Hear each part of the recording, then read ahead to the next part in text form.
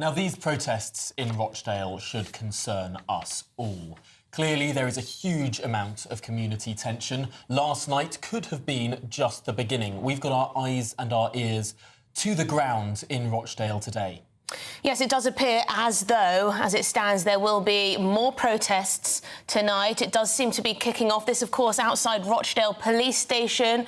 We're here. One of the men who was involved in the incident at Manchester Airport is a Rochdale resident, and that's why it's kicked off there. That's as we know now. But from that incident in Manchester Airport, clearly protests have begun. There is now a racism row, accusations that this armed officer, who's now been suspended, was acting in a racist fashion. It's easy to see how these things just gain momentum. A spark is there. I said a little earlier, could it be, hopefully not, but could it be a bit of a George Floyd moment here?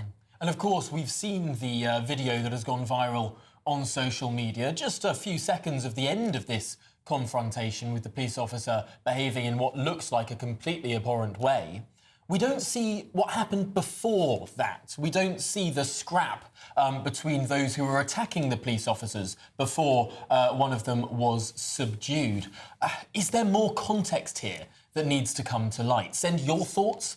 Contact us in the normal way, gbnews.com/your say. Yes, but let's get the headlines with Tatiana.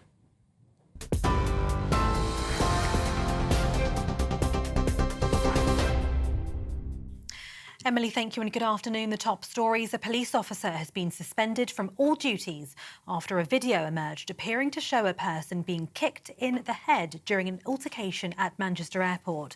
Greater Manchester Police says 3 of its officers were seriously injured when they attended to reports of an assault in the airport car park. That included a female officer who suffered a broken nose. The force added that its officers were assaulted before the event seen in the video, which has been widely circulating on social media. The police watchdog has now confirmed it is investigating the incident. The Prime Minister says he understands the concern over the footage, and the Home Secretary, Yvette Cooper, will meet Greater Manchester Mayor Andy Burnham to discuss the matter. In other news, a man has been charged with attempted murder after the stabbing of a uniformed army officer in Kent. 24-year-old Anthony Essan has been remanded in custody after appearing in court today. He was arrested near his home in Rochester just 30 minutes after the violent attack. He's also been charged with possession of an offensive weapon in a public place. Lieutenant Colonel Mark Teaton, who's in his 40s, was stabbed in Sallyport Gardens near Brompton Barracks in Gillingham. He remains in hospital in a serious but stable condition. In other news, former Immigration Minister Robert Jenrick will stand for the Tory leadership, promising to win back voters who switched to Reform UK. He's the 3rd Tory to throw their hat into the ring after James Cleverly and Tom Tugendhat. Mr Cleverly says he's best placed to unite the party after last month's crushing election defeat. But Mr Tugendhat told GB News the Conservatives have lost trust after failing to deliver lower taxes and immigration. You've seen what's just happened in the recent election. We lost the trust of the British people because we failed to deliver. And I've got a track record of delivery, whether that's in the army on operations in Iraq and Afghanistan, or whether that's in Parliament standing up to those who would threaten us, those authoritarian dictators. And that's got me sanctioned by countries like China and Russia and Iran. And, of course, I've been delivering in government, as the security minister, making sure that we are safe. And I can't talk about all the areas that I've been working on as security minister for obvious reasons, but absolutely prioritising the interests and security of the British people is exactly what I've done. Now, the Prime Minister says offshore wind will soon power 20 million British homes as he launched the new state-owned GBNews. Speaking during a visit to an engineering factory in the northwest of England, Sir Keir Starmer said the firm's partnership with the Crown Estate would help turbocharge Britain's transition to clean energy. Leading the development of green power projects will come alongside GBNews's other role, which will see it acting as a co-investor on schemes with private sector firms. Sir Keir says it's an important step towards the UK's greener future. Now there is a massive prize within our reach. And make no mistake, the race is on to get there. Until now, I feel like we've been sort of tying up our laces in the changing room. No more. I don't just want to be in the race for clean energy. I want us to win the race for clean energy. And why not? We've got the potential, we've got the ports, we've got the people, the skills. And now we've got a mission-driven government. In the US, Joe Biden said he couldn't let his personal ambitions stand in the way of saving democracy as he addressed the nation during a televised speech from the Oval Office last night. In his first comments since announcing his decision to drop out of the presidential race, the 81-year-old said it had been the honour of his life to serve the American people as president. But explaining his decision, he said the future of the United States must come first and it's time to pass the torch on to the next generation. In recent weeks, it's become clear to me that I need to unite my party in this critical endeavor. I believe my record as president, my leadership in the world, my vision for America's future, all merited a second term. But nothing can come in the way of saving our democracy. That includes personal ambition. And Andy Murray has officially withdrawn from the singles event at the Paris Olympics. The two-time gold medalist is still not fully recovered from the back surgery he had last month and believes the men's doubles, where he's playing with Dan Evans, offers his best chance of another medal. Those are the latest GB News headlines for now. I'm Tatiana Sanchez. More in half an hour. For the very latest GB News direct to your smartphone, sign up to News Alerts by scanning the QR code or go to gbnews.com/alerts.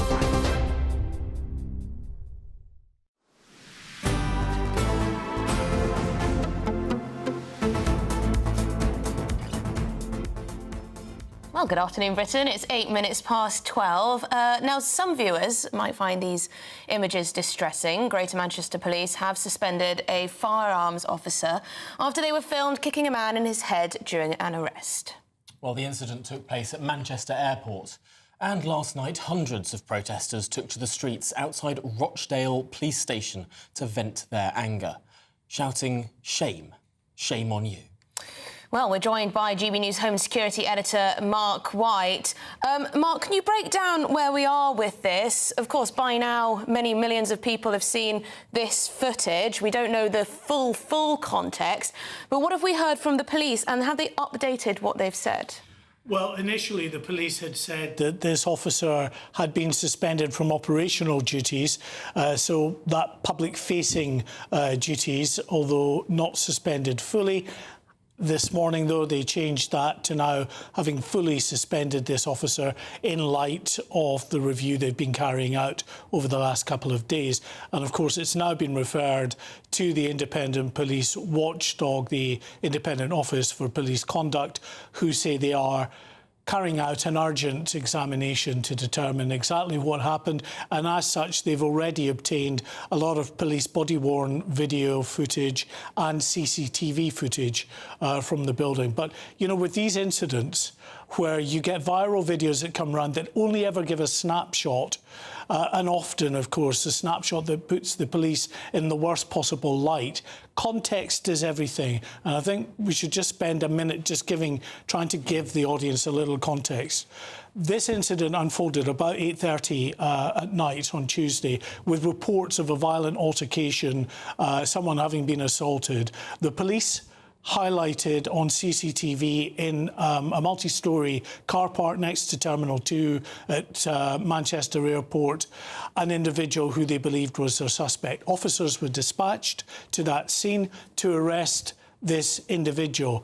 However, when they tried to arrest him, effectively, they were the subject of a very violent altercation, not just the person they were trying to arrest resisting, but others as well that piled in. Police officers, according to Greater Manchester Police, were kicked to the ground and sustained injuries. 3 of them required hospital treatment, including a female police officer who was smashed in the face and broke her nose. Now, what we're seeing in the viral video that's gone out is the very end of this whole episode. None of the video showing those officers being severely beaten in the previous few minutes, but showing the backup officers arriving and trying to gain control of the situation and get the people to the ground that the officers who'd been assaulted were pointing out as the men who had assaulted them. Right, so these are the backup officers that we can see here who've only been brought in as a result of the other officers having been so badly injured. There's a female officer, you can just see there, she's reaching behind her back with the sort of ginger hair hanging out. I think that may have been one of the officers, possibly the female officer that was smashed in the face. We've blurred it to protect identities here, but in unblurred footage that I've seen, she's crying. She's clearly disorientated and traumatised by what has gone on, so not able to offer much in the way of assistance, but pointing out individuals to her colleagues who are arriving there on scene. Now, these officers, it's, I think, also important to point out what happens with modern radio communications. When an officer makes a distress call, calling for immediate backup, they press a button on the radio that has it's designed so that for about 30 seconds that officer just presses it once and then can get on with defending themselves or whatever. They don't need to keep pressing it, and they can relay instructions about how many suspects there are, where they are. But one of the consequences of that open mic is that all of the colleagues rushing to help are hearing these officers in distress in a very violent episode. Right. So they're getting there quickly, clearly, I would imagine, full of adrenaline, wanting to gain control of the situation and ensure that the individuals that were involved in a violent altercation and assaulting their colleagues were put to the ground and made safe and handcuffed. And the other aspect of this that really matters is that these were firearms officers. And there were genuine fears that this violent mob could have got hold of those firearms, and then this would have been a very different situation indeed.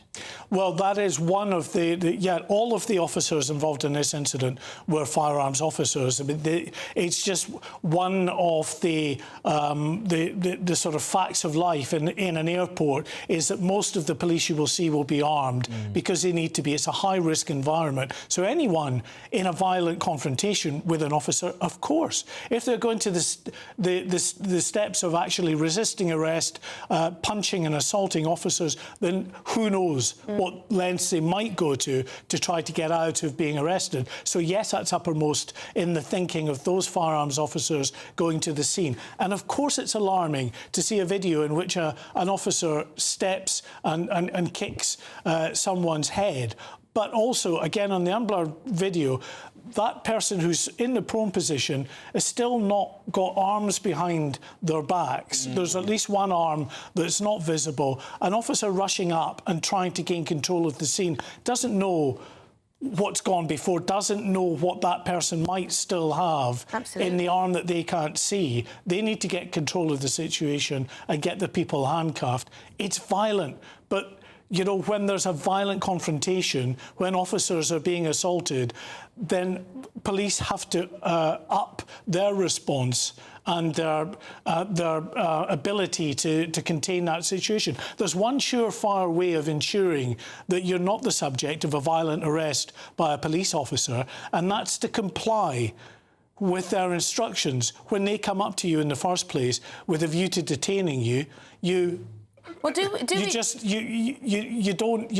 start to struggle and fight with the officers. We have so many questions for you. I do want to just ask you about I want to know what's happened with the people who were involved in this incident. Have they been arrested? Have arrests been made? Has anyone been charged with anything? Four people have been arrested and have been charged with affray, with assaulting emergency service workers. But in tandem with that, of course, is what this officer was seen to be doing as part of that investigation. The other thing, just quickly to add in, which is very important here, is that we've seen demonstrations in Rochdale outside the police station there, with reports that there will be further demonstrations in the hours and days ahead as well. So clearly the police are very concerned about community tensions. We only need to think back a week to what unfolded in Leeds to show what the potential is here. So they're calling for calmer heads, but it's not helped by viral videos that only give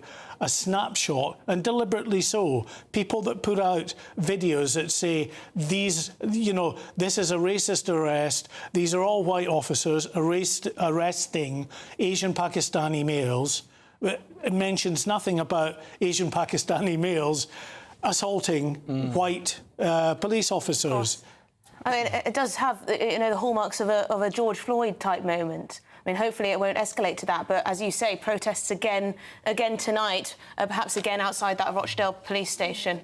Well, it seems as though there will be, yeah. Well, thank you very much, Mark. I hope we can catch up with you again a little later on in the show. Well, we're delighted to be joined now by the former police sergeant, armed response officer and author of Firearms and Fatality, Harry Tanguy. Harry, goodness me, where do we start with this? First of all, have you seen something like this before in your experience, where seemingly someone was restrained on the floor only for there then to be further pretty unorthodox methods of restraining them? It's all about domination, and we've got to talk about human reactions, huge amounts of adrenaline. I've got to applaud your journalist there.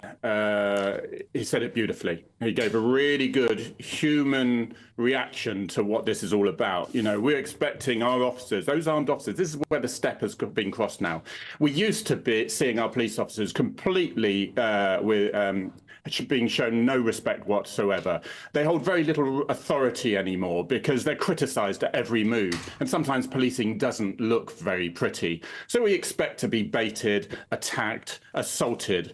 Really close comment. You know, if you're sitting together now and if Emily got assaulted and smashed in the face and a broken nose, you'd be pretty angry, I imagine, Tom. And we expect people to be to resist arrest now, to grapple with a firearms officer. You're very close to being very bruised or very dead. If any of those very large men got hold of that gun, it would be down to the other colleague to end it there. We cannot risk that person getting hold of that firearm. And not you only using it on the officers, but other members of the public. And if you want choir boys to look after our airports, you seem to have forgotten what 9/11 was like.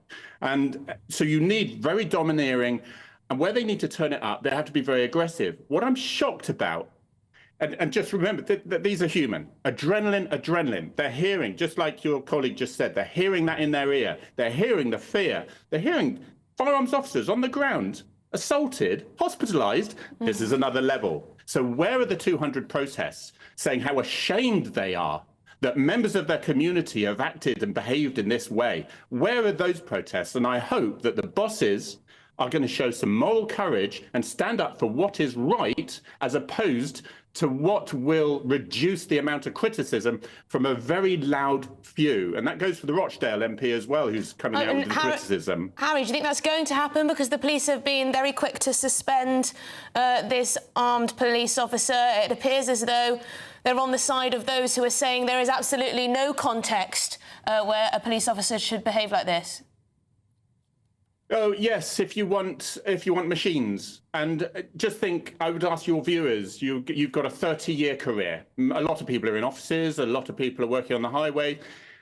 Are you being assaulted regularly during your career? Are you being sworn at, shown total lack of disrespect? Are you seeing your colleagues beaten?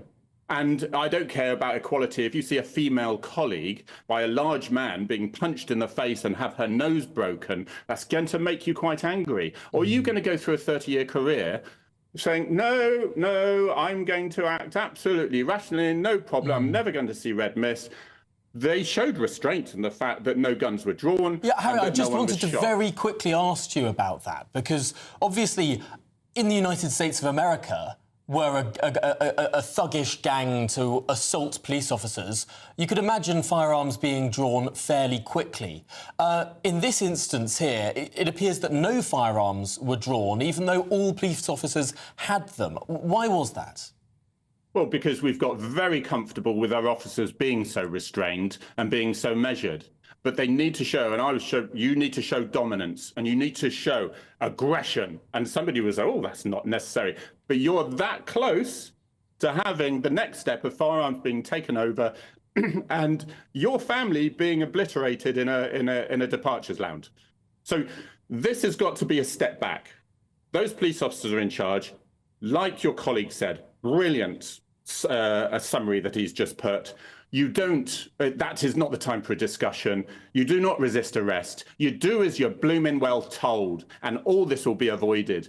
And if some bosses grow a bit of backbone and come out and say, this is what we expect, we do not expect our officers to be abused, because the next time it's the public being abused. And all these protests, I hope they deal with them robustly, because, and where's this race thing come? If you had a bunch of white people being arrested and a bunch of, Pakistani Asian people being arrested, and it's only the Pakistani ones got assaulted, then you'd have a point. But we're trying to arrest people that need arresting. Where has race come into this? I can hear the passion in your voice. Thank you very much, Harry Tang. Really great to speak to you and get your perspective on all of this. Thank you. Whew. Put a lot of emotion into that. You can really, I can't imagine what it's like to be an armed police officer, but the distress.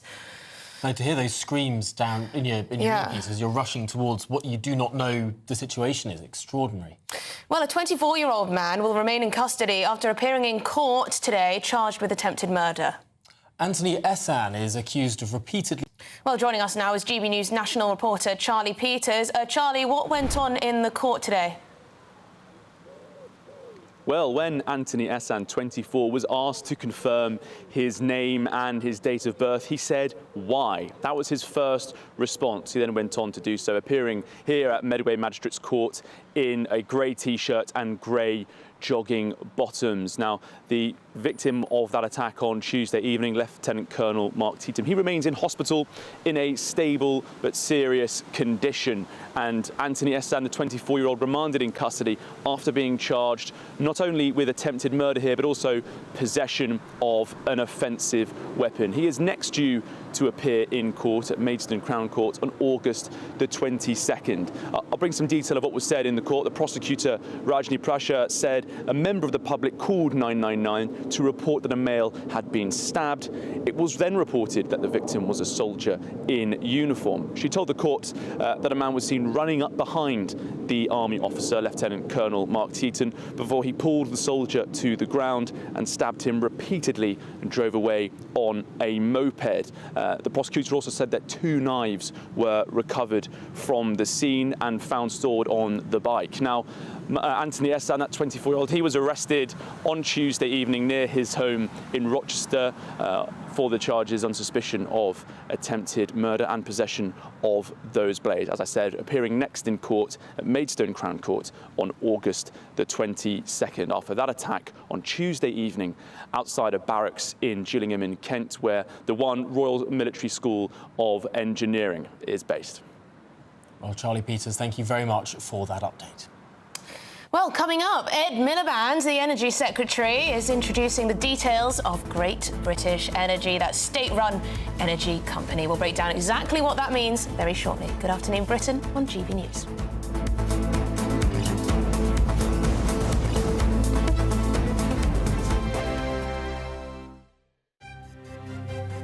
GB News Breakfast, every day from 6 a.m.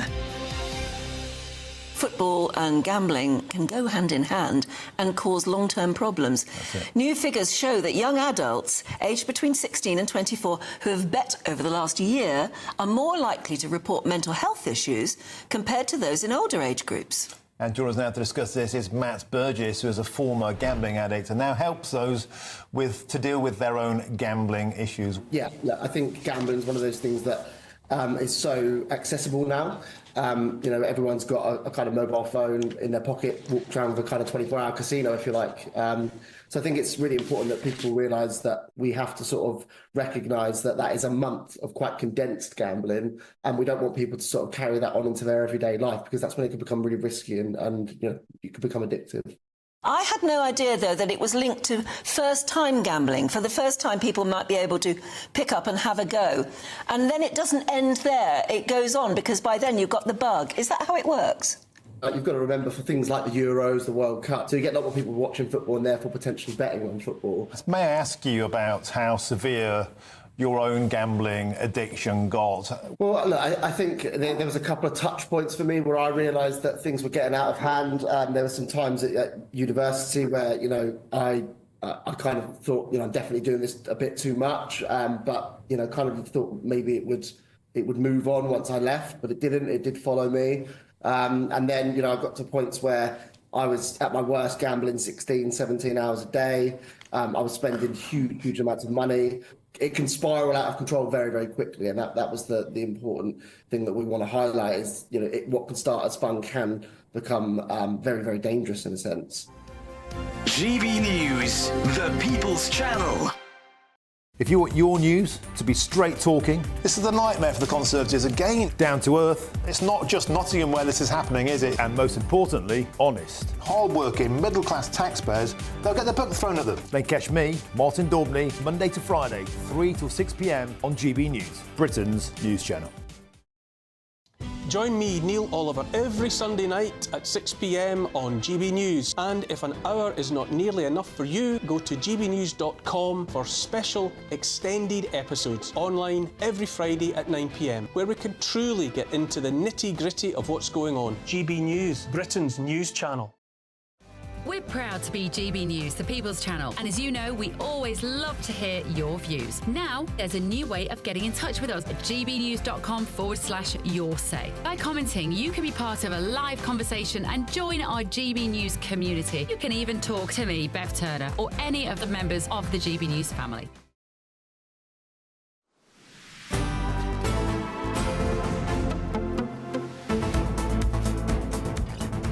Well, the Prime Minister has been talking about the launch of Great British Energy, and joining us now is former Chief Executive of Energy UK, Angela Knight.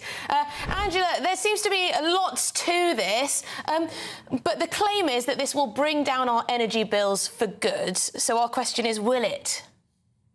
And the answer to that is no. So perhaps I should explain why. Every time you build a quantum of electricity, which is supplied by renewables, you also need to build exactly the same amount of quantum of electricity as backup. And that is because renewables, well, the wind doesn't blow all the time and the sun doesn't shine all the time. But we want electricity all the time. So therefore, we need to have that backup in place, which means, in effect, you have to pay for both of the provisions, the renewable electricity and the backup electricity.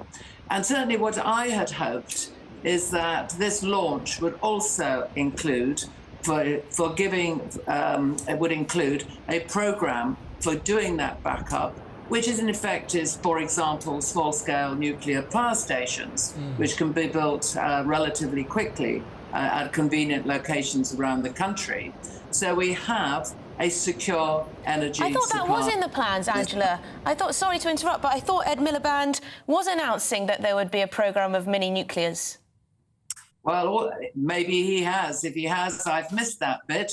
All I've seen is that there's a combination of Great British Energy with the Crown Estates to get the big offshore wind farms, you know, more of them in place. That's what I've seen. What I've not seen is the same sort of programme put in place for small-scale nuclear power stations with similar locations and with private money included. No, I haven't done that. If he's announced that, that's exactly where we need to go. And we need to go there as a priority, as right now, what we haven't got is that backup. We're right at the wire of the maximum that we have in this country. And yet we have, cold periods where we all use more power. And the more we swing over to such things as electric cars and a greater degree of use of electricity instead of gas in this country, even more power needs to be built. We also need to move the grid. And with wind farms being off the east coast of this country and the big consuming part of the country being in the southeast, that means the building of much more of that grid, both underground, underwater, but also overground with pylons, and that again costs money. So I don't say what is being proposed is wrong. What I am saying is that there's much broader than just a wind farm and some money for that. It's a much broader program. It's probably one of the biggest engineering programs that we've done for a century or so in this country. It needs to be clear, thought through, and needs to be run by engineers. And just focusing on bits of it might be emotionally attractive or politically attractive, but does not provide for you, me, or the British public what the true costs are and what the true programme entails. That is really interesting and really clear. An incomplete blueprint that we've heard this morning from the Energy Secretary and the Prime Minister. Angela Knight, former Chief Executive of Energy UK, really appreciate your time. Thank you for joining us. Yes, I should say that I do think Labour have committed to nuclear energy. Oh, they have? Yes, they want a fleet of new mini reactors. But they haven't said where they'll be. They Looking at sites, potential sites, Cumbria, Lancashire, Hartlepool, Gloucester, North Wales. But I guess we haven't been told, as you say, exactly when this is going to happen, how long it's going to take, how much money is going towards it, etc., etc. The whole announcement this morning from Labour about using the Crown Estate and these new wind farms that are going to be specifically invested by GB Energy is very specific. It's a plan. Whereas I think the speeches that the Energy Secretary has given in the last few weeks and months about nuclear, we haven't yet seen that same level of blueprint. OK, well, we do have no, I think I'll leave that. Coming up, RAF Wethersfield could be turned from an asylum seeker housing place into a mega prison, and some locals aren't happy about it. We'll be hearing from one after this short break.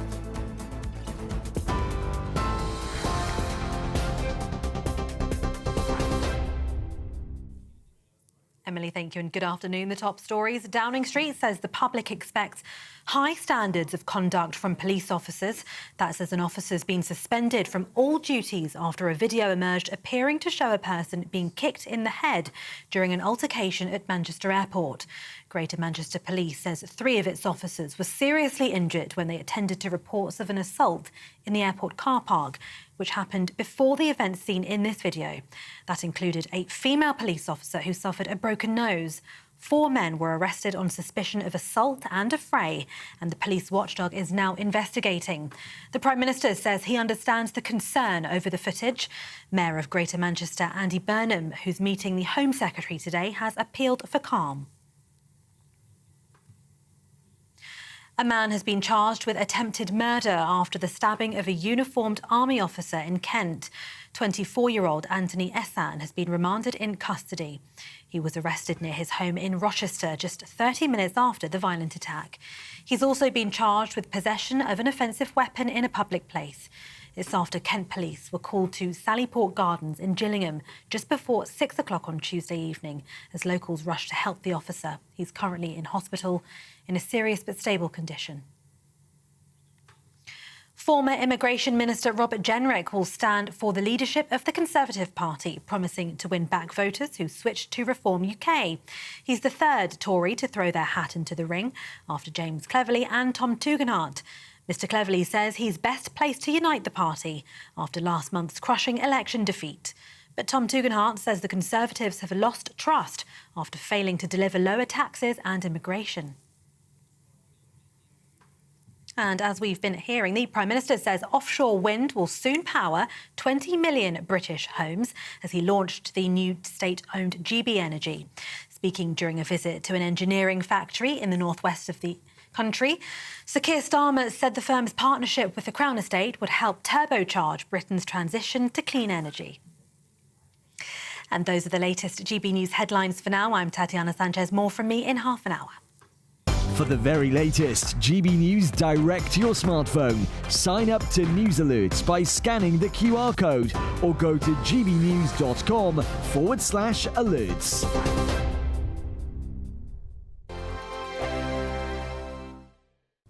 Hello, here's your latest GB News weather forecast coming to you from the Met Office.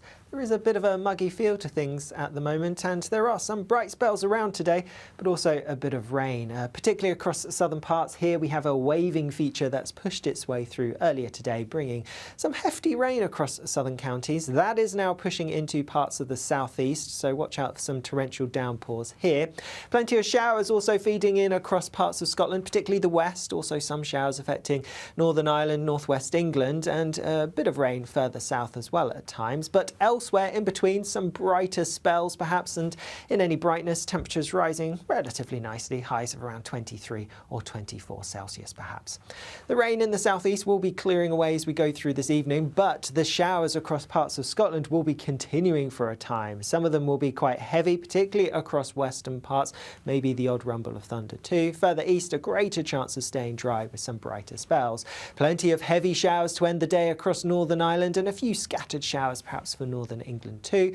Mostly dry across the Midlands, Wales and into East Anglia once that rain clears away, but further rain spilling its way eastwards across southern counties as we go through this evening and through the start of the night. Overnight, further showers continuing across parts of Scotland, easing a little bit, but nonetheless still some to come as we go through the early hours of tomorrow morning. Otherwise, a lot of dry weather and some clear skies, but still with that muggy feel to things. Temperatures really not dropping a huge amount, so another relatively warm night, particularly in the towns and cities.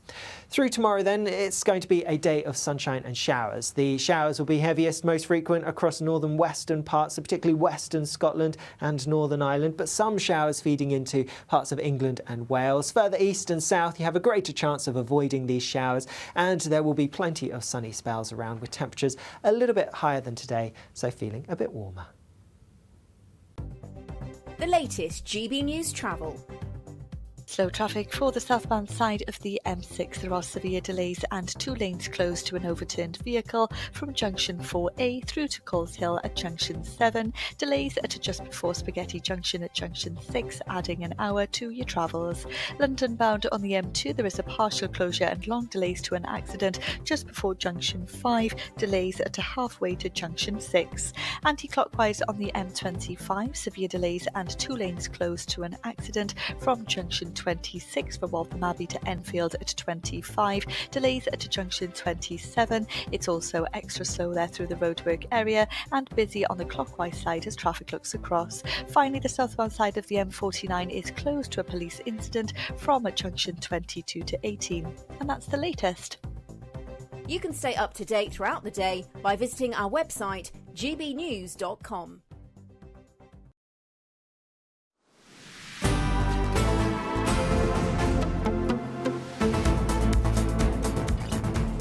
Good afternoon, Britain. It's 38 minutes past 12. Now, asylum seekers could be turfed out of a former RAF base as Labour ploughs ahead with mega prison plans. Yes, the Telegraph is reporting today that the Ministry of Justice wants to revive plans to house thousands of offenders at RAF Wethersfield in Essex.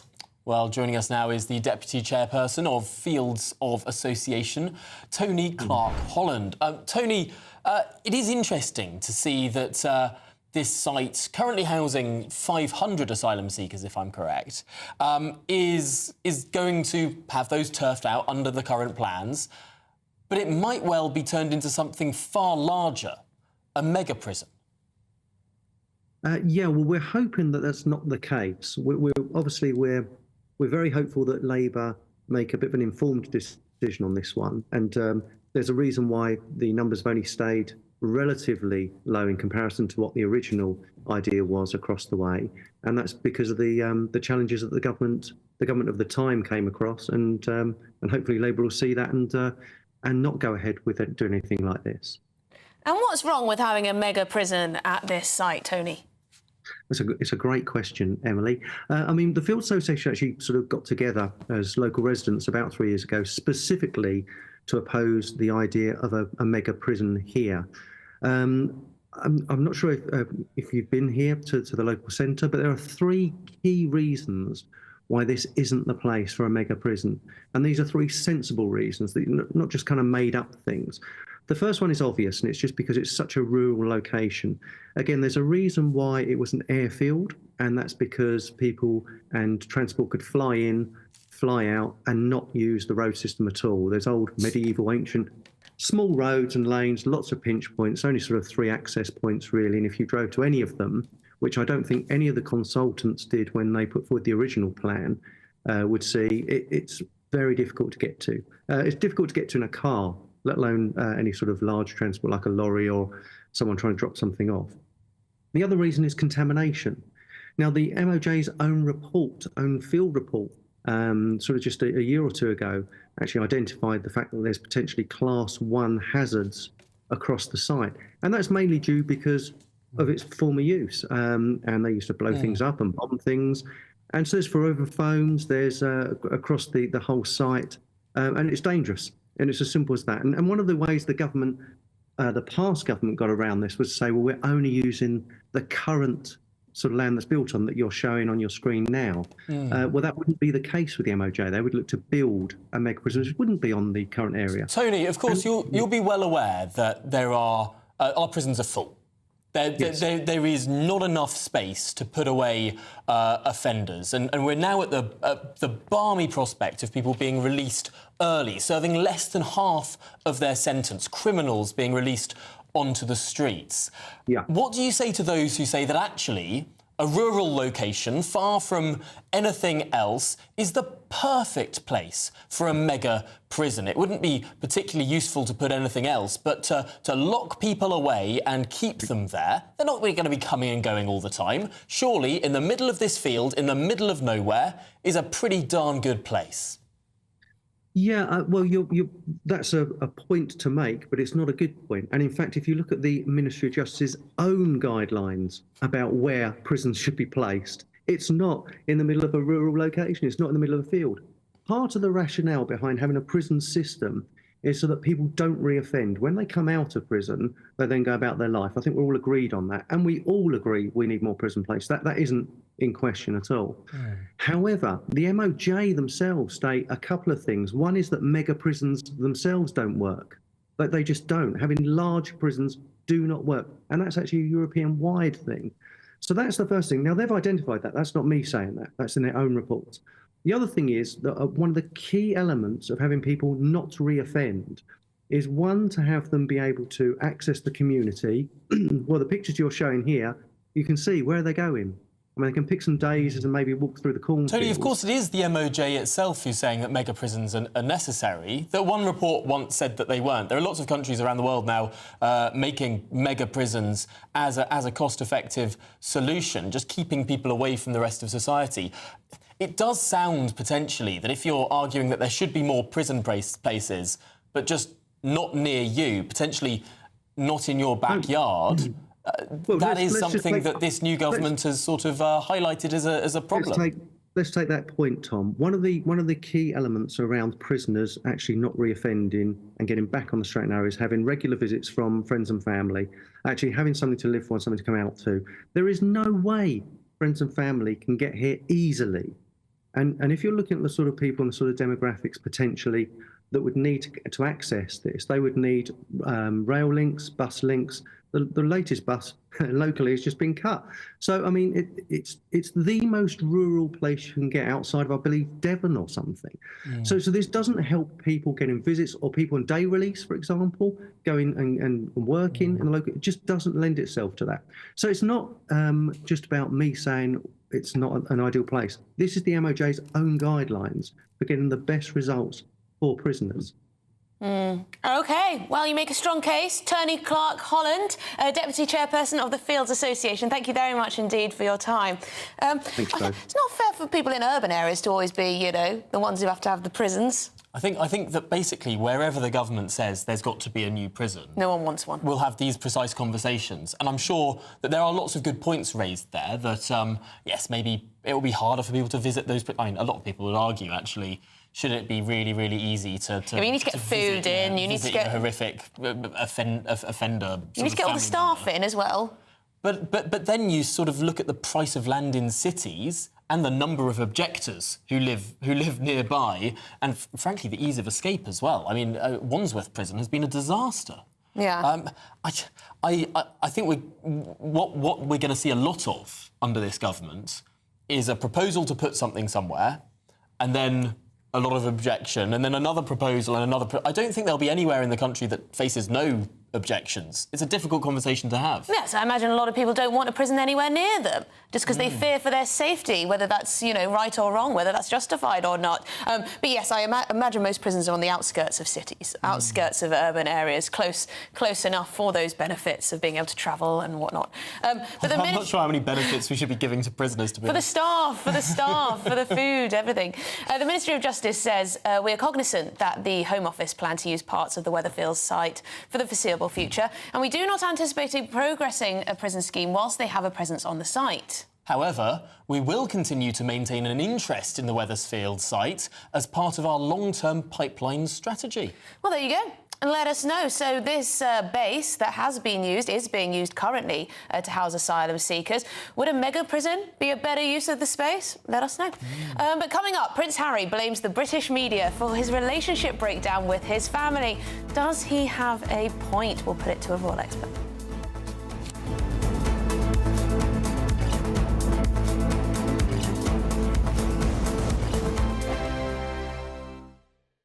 This is GB News, Britain's news channel. I'm joined now by Stefan Kyriasis to give us the latest on everything theatre. So, yeah, we're going in first with Starlight Express, which is back. It's not in the West End. It's out at Wembley at the Troubadour Theatre, which is a big, almost kind of warehouse space, which suits because, as you know, have you seen the show? Starlight Express was my first ever musical. I must have been about 7 or 8 years old. I only saw it once, but I remember it being magical. Well, this one, it's 1984 it started, and it's still running in Bochum in Germany in a huge arena. So basically what we've got, they've slightly tweaked it, and there's a little boy or little girl, depending on the cast, going to bed, obsessed with toy trains and dreaming of trains. Everybody is dressed up. To me, it looks like a cross between Tron and Priscilla, Queen of the Desert. I don't really think any of them look remotely like a train, but hey, the songs are Andrew Lloyd Webber. It's pop mixed with kind of cod 1950s rock and roll, some power ballads. The lyrics are politely like something out of an old speak and spell machine or something, you know.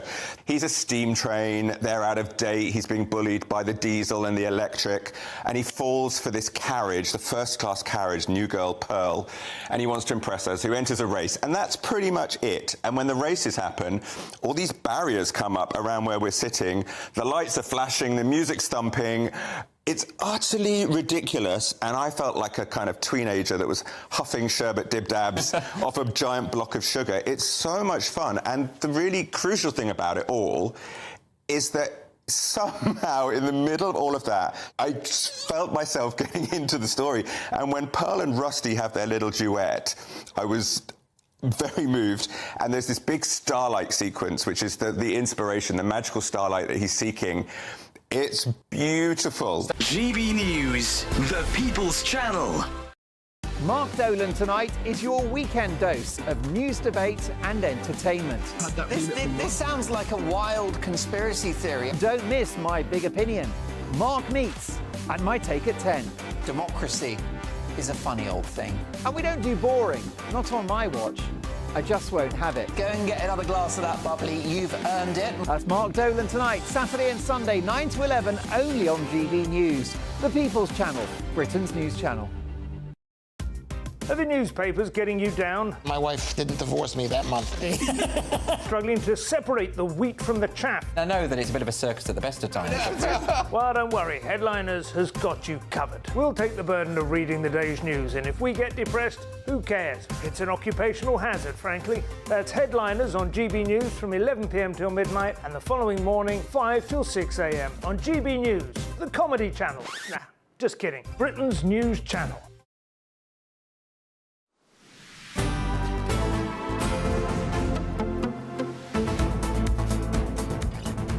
Good afternoon, Britain. It is 12:50. Lots of you getting in touch about that mega prison proposal at RAF Wethersfield. We'll get to some of your views very shortly. But first, the Duke of Sussex has described his determination to fight the tabloids as a central piece in destroying his relationship with his family, with the rift in part due to his mission. Yes, Prince Harry said he wished his family had joined together with him in his campaign in the wake of the phone hacking scandal as he gave an interview to ITV for its Tabloids on Trial documentary. Let's have a quick listen. I think everything that's played out has shown people what the truth of the matter is. for me, the mission continues. But yes, it's caused, as you say, part of a rift. Right, so that's what Prince Harry had to say. We can now speak with former royal correspondent at The Sun, Charles Ray. Charles, is Prince Harry rewriting history here? I think he's... isn't the phrase that recollections may differ as to what's going on? This is the latest chapter in Prince Harry's lifestyle of becoming the modern-day Uriah Heep.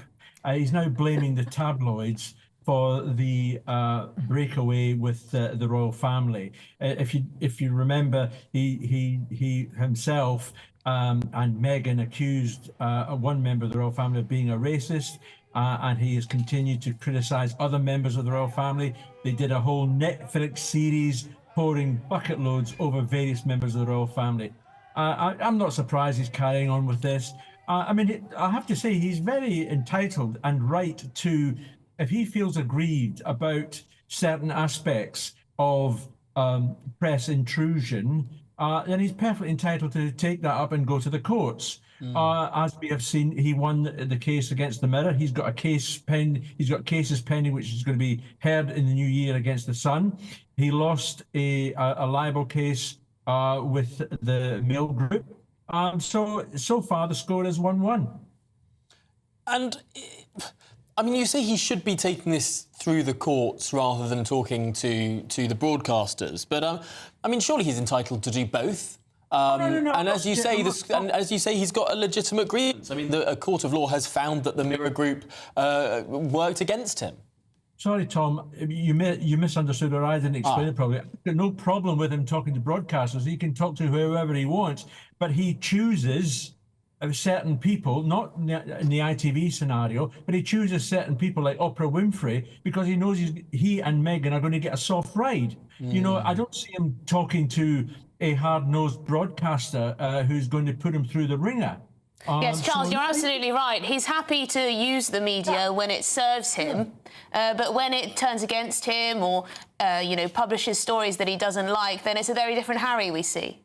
It is a different Harry we see. And you have to remember, I mean, Harry was the darling of the tabloids at one stage. Let's not forget that. You know, he was the cheeky chappy, as is Prince Louis now.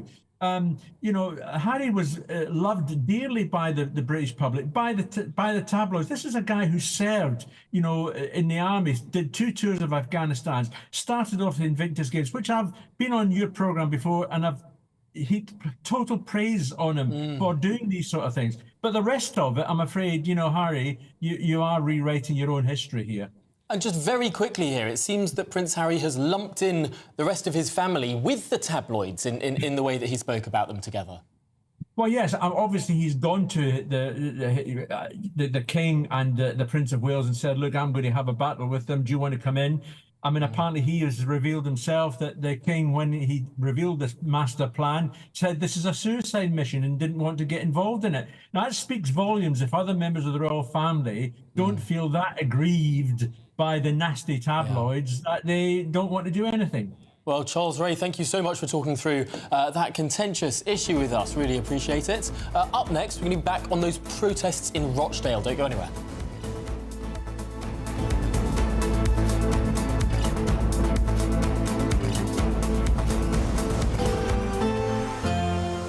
A brighter outlook with Box Solar, sponsors of weather on GB News. Hello, here's your latest GB News weather forecast coming to you from the Met Office. There is a bit of a muggy feel to things at the moment, and there are some bright spells around today, but also a bit of rain, particularly across southern parts. Here we have a waving feature that's pushed its way through earlier today, bringing some hefty rain across southern counties. That is now pushing into parts of the southeast, so watch out for some torrential downpours here.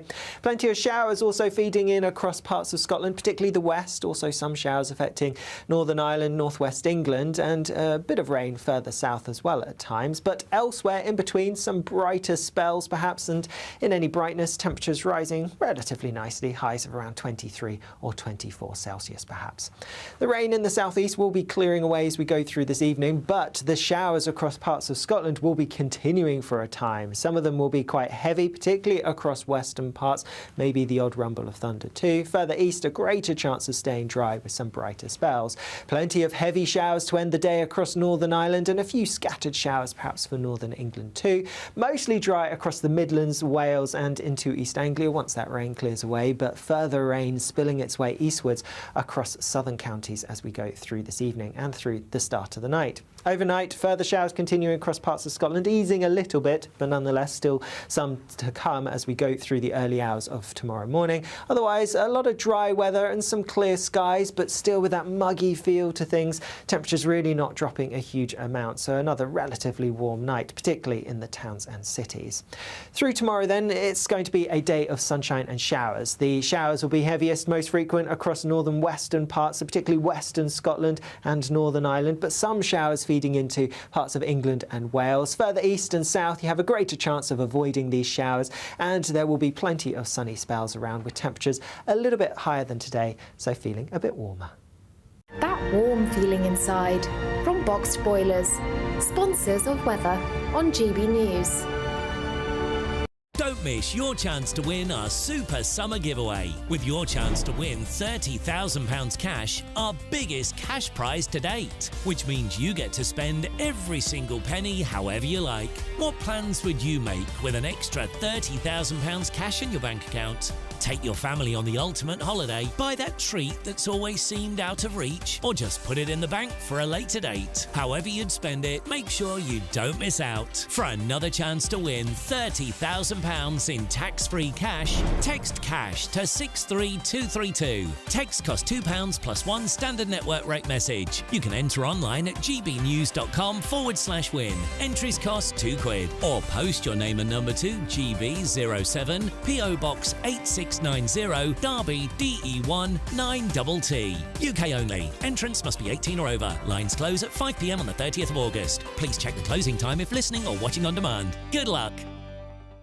Sunday with Michael Portillo from 11, only on GB News. Welcome back to Sunday with Michael Portillo. Most people will be familiar with French artists such as Auguste Renoir, Claude Monet and Camille Pissarro, who with others made up the Impressionist movement of the late 19th century. But we are probably less familiar with the British contingent of the Impressionists, artists like Frank Bramley, Elizabeth Armstrong Forbes and Walter Langley, amongst many others. David Messam is on a mission to change that. I'm joined by David Messam and by Patrick Duffy, an esteemed archivist. These people we're talking about, are they really Impressionists? I mean, I assume they're British, but are they Impressionists? I think we had the same query when we wrote a book about the whole thing in '85, actually. And we were the book nearly went out as a Garden of Bright Images, actually, though my author then, Laura Wortley, was quite insistent that it should be called a Garden of Bright Images, but I thought probably we'd put in the gardening section, actually. So, you know, the question you ask is what is on other people's minds, too. Actually, have we got Impressionism in this country? I think for me, as I used to do quite a lot of shopping, if you like, in America, looking for English pictures out there, and they've got American Impressionism, and I'm quite happy with it, but the English are different. Were they friends and colleagues? Were they collaborators with the French Impressionists? Broadly speaking, British Impressionism is, as we term it, is the post-Impressionist movement. So they were certainly inspired by the French Impressionist movement as it was, but they came later. They travelled around Europe and became attuned to en plein air painting, so painting outdoors, and that's what they brought over with them. We call it British realism, but there's a focus. British realism, I kind of recognise. Yes. I mean, that's exactly what that exactly. looks like. The People's Channel.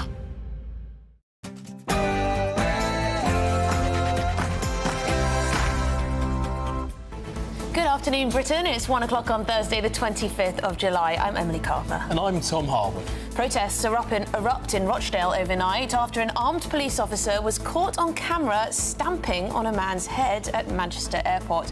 The officer has since been suspended. We'll have the very latest. 24-year-old Anthony Essan appears in court today charged with attempted murder after a lieutenant colonel was stabbed multiple times near a barracks in Kent. We're live outside Medway Magistrates Court. And Ed Miliband is finally announcing the details of his new state-owned Great British Energy Company. It will build more wind farms on the Crown Estate. Labour claims it will bring down energy bills for good, but will it?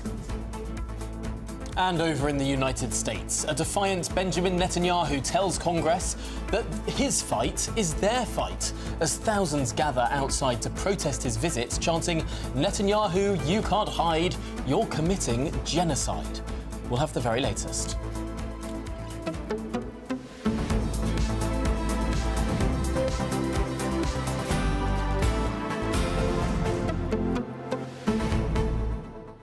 And it looks like Tom Harwood has said something popular for once. Goodness me. Wow.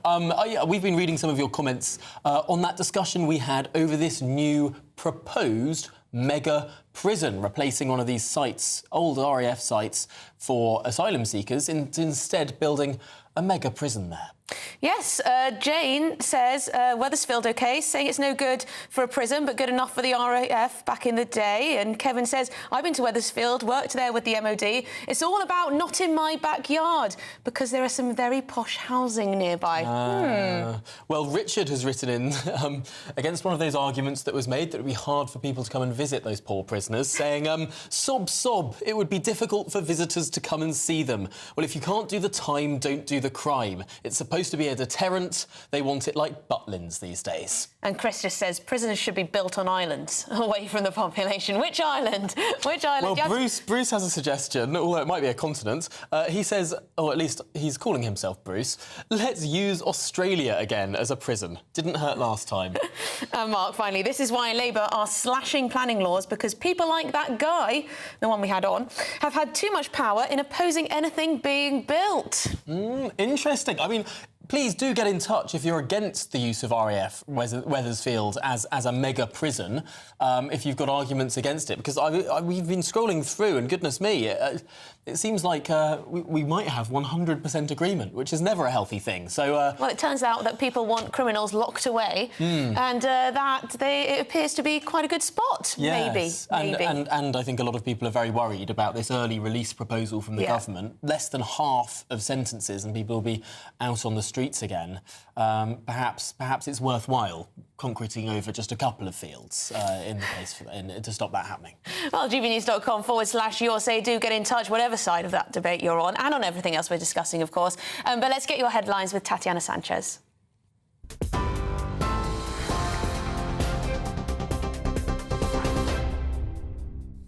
Emily, thank you, and good afternoon. The top stories. A police officer has been suspended from all duties after a video emerged appearing to show a person being kicked in the head during an altercation at Manchester Airport. Greater Manchester Police says 3 of its officers were seriously injured when they attended to reports of an assault in the airport car park, which happened before the event seen in this video. That included a female officer who suffered a broken nose. 4 men were arrested on suspicion of assault and affray, and the police watchdog has launched an investigation. The Prime Minister says he understands the concern over the footage. Mayor of Greater Manchester, Andy Burnham, who's meeting the Home Secretary today, has appealed for calm. Now, the top story today, a man has been charged with attempted murder after the stabbing of a uniformed army officer in Kent. 24-year-old Anthony Essan has been remanded in custody after appearing in court today. He was arrested near his home in Rochester just 30 minutes after the violent attack. He's also been charged with possession of an offensive weapon in a public place. It comes after Lieutenant Colonel Mark Teaton, who's in his 40s, was stabbed in Sallyport Gardens near Brompton Barracks in Gillingham on Tuesday evening. He remains in hospital in a serious but stable condition. Former Immigration Minister Robert Jenrick will stand for the leadership of the Conservative Party, promising to win back voters who switched to Reform UK. He's the third Tory to throw their hat in the ring after James Cleverly and Tom Tugendhat. Mr Cleverly says he's best placed to unite the party after last month's crushing election defeat. But Tom Tugendhat told GB News the Conservatives have lost trust after failing to deliver lower taxes and immigration. You've seen what's just happened in the recent election. We lost the trust of the British people because we failed to deliver. And I've got a track record of delivery, whether that's in the army on operations in Iraq and Afghanistan, or whether that's in Parliament standing up to those who would threaten us, those authoritarian dictators. And that's got me sanctioned by countries like China and Russia and Iran. And, of course, I've been delivering in government, as the security minister, making sure that we are safe. And I can't talk about all the areas that I've been working on as security minister for obvious reasons, but absolutely prioritising the interests and security of the British people is exactly what I've done. The Prime Minister says offshore wind will soon power 20 million British homes as he launched the new state-owned GB Energy. Speaking during a visit to an engineering factory in Cheshire, Sir Keir Starmer said the firm's partnership with the Crown Estate would help turbocharge Britain's transition to clean energy. Leading the development of green power projects will come alongside GB Energy's other role, which will see it acting as a co-investor in schemes with private sector firms. Sir Keir says it's an important step towards the UK's greener future. Now there is a massive prize within our reach. And make no mistake, the race is on to get there. Until now, I feel like we've been sort of tying up our laces in the changing room. No more. I don't just want to be in the race for clean energy. I want us to win the race for clean energy. And why not? We've got the potential, we've got the ports, we've got the people, the skills, and now we've got a mission-driven government. In the US, Joe Biden said he couldn't let his personal ambitions stand in the way of saving democracy, as he addressed the nation during a televised speech from the Oval Office last night. In his first comments since he dropped out of the presidential race, the 81-year-old said it had been the honour of his life to serve the American people as president. But he said the future of the United States must come first, and it's time to pass the torch on to the next generation. In recent weeks, it's become clear to me that I need to unite my party in this critical endeavor. I believe my record as president, my leadership in the world, my vision for America's future, all merited a second term. But nothing can come in the way of saving our democracy. That includes personal ambition. And in sport, Andy Murray has officially withdrawn from the singles event at the Paris Olympics. The two-time gold medalist is still not fully recovered from the back surgery he had last month. He says the men's doubles, where he's playing with Dan Evans, offers his best chance of another medal. And those are the latest GB News headlines for now. I'm Tatiana Sanchez. More from me in half an hour. For the very latest GB News direct to your smartphone, sign up to News Alerts by scanning the QR code or go to gbnews.com/alerts.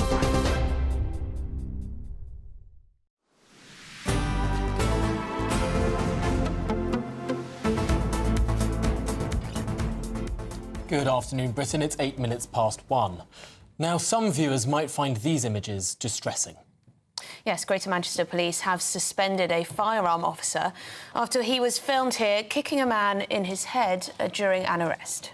Well, the incident took place at Manchester Airport, and last night hundreds of protesters took to the streets outside Rochdale police station to vent their anger. They were shouting, "Shame, shame on you." Well, let's get the latest now with our Home and Security editor, Mark White. Mark, talk us through what's happened. Well, it was an incident that unfolded at 8:30 on Tuesday evening. We can see, I think, some of the images of the altercation that everybody is clearly exercised about, a warning that the images are clearly quite alarming in nature, but those images show the officers or one of the officers kicking this individual in the head. I don't know if we have that video. The initial images, the first video. That the was, images, I think, that we've just shown, clearly can't show again. So there are. There you go. They are. So that this is right at the tail end of the incident that unfolded at 8:30, where, according to the police, 3 of their number were violently assaulted, including a female officer smashed in the face and suffered a broken nose. And that female officer is just kind of visible in there, as well as she's sort of staggering about, pointing out people that have been involved in this. We've got another video that we can show you that is a video that is taken just the moments before this, when the backup officers arrived. Because initially, when those officers were being assaulted, trying to arrest someone who had been suspected of carrying out an assault, they were calling for assistance, and that assistance arrived. And as they came in, the officers who'd been assaulted were pointing out the individuals that they believed had assaulted them. This is, we can take a look at it now. What are you doing now? You're on camera. You're on camera. No, we are good now. We're normal civilians. No. We have not done nothing. We have not done nothing. Look, we have not done nothing. We're just recording. I just can't go home. You are showing he's getting locked up. No, what? So, and then it sort of descends into the scenes that we've been witnessing, with people on the floor and being handcuffed, and of course the incident involving one of the officers kicking the head of a person who's on the ground. We should say as well that 2 of those people arrested have since been released from police custody, and their lawyer has released a video on social media. We can take a quick look at that. They were released not long ago from Cheadle police station. They then had to make their own way to the hospital, but in reality, because they've had head injuries, it was the police duty to take them to a hospital. But nevertheless, they made their own way. And now I've documented their injuries, and we are headed to Rochdale police station to make a formal complaint of assault and wounding. So they're going to make that formal complaint against Greater Manchester Police. We can't show their faces because there's subjective charges. They're charged with clearly affray and assaulting police officers. And they've clearly got quite a bit of support in the community. Well, they have, and this is a big concern for those leading Greater Manchester Police. The potential for this situation to escalate. Outside Rochdale Police Station last night, there was a protest. You can see the images there. It passed off peacefully, a noisy protest, but passed off peacefully at the end. Those people dispersed. But of course, the concern is, especially as we move towards the weekend, there is always a potential in that community for there to be something more significant arising. We only need to look back to what happened in Leeds a week ago to see what the potential for trouble is. And it seems that the local Member of Parliament, Paul Waugh, of course, the seat was held briefly by George Galloway, the seat of Rochdale. Now the Labour Member of Parliament has been meeting with the family. He's released a statement to that effect. It seems that a lot of the sort of politicians of the area are rowing in behind the family of the ones who of the people who the police tried to detain, rather than the police. Yeah, it does seem like that, and I'm sure that many within policing will feel that that is very unfair, because what they feel they're up against constantly is the way in which social media is utilised by those that want to present a partial image of policing and the way in which police officers conduct their duties. So, as I say, the images that have been released are very much at the latter stages of what was a violent altercation with police officers assaulted. They show the backup officers arriving and dealing with that and containing that situation. And yes, it's violent, but those officers were responding to their colleagues being violently assaulted, and their first priority in getting there is to identify who they believe was potentially responsible for that, to get them to the ground, to get them cuffed so that they're no longer presenting a threat. And do you know how these investigations work, these internal investigations? I know that there's an independent body also involved. Presumably, they will speak to all of the other officers that were present to get their side of the story, see if they corroborate the armed police officer's story or if there's disagreement there, and then speak to the man who was held and restrained. I mean, what else goes into these processes? Well, they'll be helped enormously by the fact that all of the police officers these days will have been wearing body-worn cameras. Right. So that will give a unique perspective, especially of just what those officers were going through in the minutes before their colleagues arrived to assist them. And it will give the perspective of those colleagues, what they were arriving to, what they were confronted with, and whether or not the steps that they took to ensure these people were contained, detained, and then taken into custody were proportionate with the threat that they perceived they were, the threat environment they were moving into. And there's also CCTV image, which the police watchdog say that they have got hold of as well. In the environment of an airport, there's quite a few CCTV cameras around, so they'll be aided by that. And then there's the viral videos. We'll say we've only ever seen the viral videos of the police arrest. Be interesting to see if there are any other ones that haven't yet been posted that show the initial stages. Yes, hopefully they'll be able to piece the entire timeline together with either video evidence. Thank you very much, Mark White, our Home and Security Editor. Well, we're now joined by the director of the Law and Order Foundation, Norman Brennan. Norman, it is interesting thinking about this from the police officers' perspective and from the people they were trying to arrest's perspective. But obviously there are millions of people now who have seen this video, and it doesn't cast the police in a good light. Well, first of all, I'm also the director and founder of Protect the Protectors. I give an independent voice on policing, as well as look after victims of crime, and also give the public a voice and tell them about the law. Let me tell you, first of all, that last year there were 40,000 police officers assaulted, some very seriously. Last evening, or not last evening, the night before last, 3 more officers joined that list, very seriously assaulted, so much so they were hospitalised, including a female officer, as we saw, had her nose broken. Now, the officers that were backing up were armed officers. Now, the main emphasis of armed officers is about control and containment. They would have heard about the assaults. They would have heard that the officers, their colleagues, were dealing not with calm, normal, well-behaved individuals, but people that were violent, belligerent, obstructive, and offensive. So what they did is they controlled the situation, tried to protect the officers that had been assaulted, and in a moment of probably instinct, because one of the officers was holding a taser, others are holding a firearm, you can't use your hands. So it looks as though one of them, in the heat of the moment, used his foot.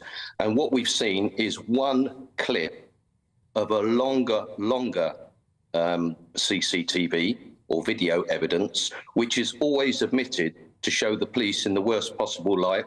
And nobody can argue this doesn't look very good at all. But let's put this into context. And how will it go from here? This police officer is now under formal investigation, having been suspended. I mean, in your experience, is it likely that Greater Manchester Police will stand by this man? Will he have union protection? Does he deserve to stay in the job? Well, obviously, we don't all know the entire circumstances, although many people on social media that have become judge and jury on a small clip, thank goodness our courts have a prosecution and a defence where they see all sides of the story. The police, or the officer concerned, will be supported by the Police Federation. The police of his force, Greater Manchester Police, have referred it to the Independent Office of Police Conduct that will independently investigate it. It may well be put to the Crown Prosecution Service to consider whether a charge should be made. So that's taken out of the hands of the police. All the police do is gather the evidence. That officer, rightly or wrongly, will face months and months on suspension, on full pay, waiting to see what will happen. He will probably wait years to see if there's going to be a prosecution or whether or not he's going to face discipline action. And what we've got is groups of people in this country that are not prepared to wait for justice. They're all talking on social media, releasing their social media posts now. And when they were outside the police station last night, they were demanding justice, their justice, not the justice that Britain offer. And there was a perceived threat. If they didn't get the justice that they want, there was going to be public disorder. I never see these people in their hundreds or thousands when a British soldier was nearly murdered 2 days ago in Gillingham in Kent, when hundreds and hundreds of young white British girls were raped, abused, lives shattered. I never see the hundreds of people demonstrating about the injustice for them. And I'm afraid we've got tinderboxes all around the country, and we saw it in Leeds last week, where there are certain groups in this country that demand their justice. Well, I think it's right that if you're in Britain, it's our justice, and that's where the prosecution provide and produce their evidence and the defence give theirs in a calm atmosphere. Norman, how do we ensure that there is that calm atmosphere, that what was a peaceful gathering, if slightly intimidatory last night, doesn't turn into something worse tonight? How do we sort of keep this from boiling over? I'm afraid we have no control on it. We saw in Leeds last week, and people took the mick.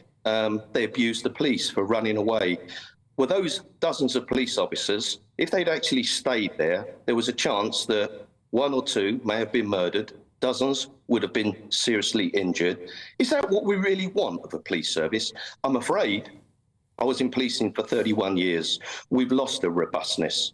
The public say the police are weak, woke, weary, don't support them, they don't see them, they don't investigate their crime, and all they are is a number in the criminal justice system. I completely and utterly understand that. But what sort of policing do you really want? Do you want one that's broken, on its knees, leaving in their droves, or do you want a police service that stand up for themselves? And when they do stand up for themselves, there will be an occasion when an officer may act outside of what his training or her training is. But don't forget, you're not in the classroom anymore. You're in the real world, where people are belligerent, obstructive, violent, abusive, and they assault you. They don't just assault you, they continue to assault you. 3 officers seriously assaulted last night. Let's put this into context. There's 2 sides of the story, and all we've heard at the moment is the police being utterly battered. Horrible look, I agree, but there's another part of this story that we're not seeing. And I just think it's time that the police, when such incidents happen, immediately release, like they do in America, the police body-worn camera. Some people may condemn the police for their actions, but many millions will say, hang on a sec, I've actually seen what led up to this. Yeah. I don't really think the officer was right. However, he acted out of instinct under the most volatile of situations. I can understand that. He may have made a mistake. Do we really hang him out to dry and throw him to the wolves? Well, as you know, you're on social media. The response, as ever, has been horribly, horribly divided. And yes, everyone appears to be an expert all of a sudden on such matters. Norman, you paint a bleak picture, but as ever, you speak a lot of truth. Norman Brennan from the Law and Order Foundation. Thank you. Well, coming up, we're going to digest that and move on to the Tory leadership contest. Tom Tugendhat has thrown his hat into the ring, and Robert Jenrick, well, it appears he will announce early next week. It's all to play for.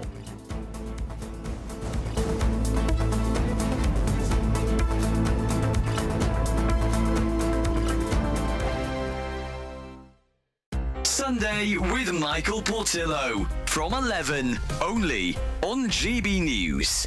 Stefan Kyriazis has, as always, been in theatres. He's here to tell us of his experiences. Hello, Stefan, or should I say, hello, Dolly. Well, hello, Michael. Well, hello. You're looking swell, Michael. I can tell, Michael. You're still glowing, you're crowing, and you're going strong. So I have been to see Hello, Dolly at the Palladium. It's on there until September. Seems like you've enjoyed it. It is absolutely pure joy. I think we've even got a little bit of footage just to get people in the mood of the curtain call. But it is just sublime joy, headlined by Imelda Staunton. Let's see if we've got a little clip for everybody to look at.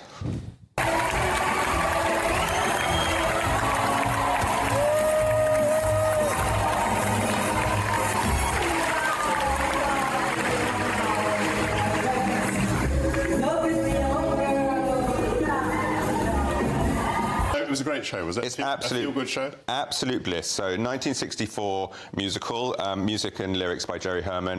1969 famous Barbra Streisand film. But it's been played by Carol Channing, Ethel Merman, Bette Midler, all these people, Danny LaRue. So the joy of this show, it's so traditional, but you have an old woman leading the show, and then Irene Malloy, who's another slightly younger widow in New York, the hat maker. Orchestration's gorgeous, masked voice is gorgeous.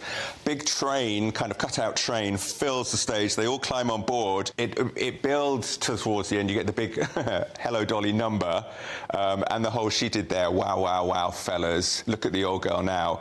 Staunton is 68, I think. She's 5'0".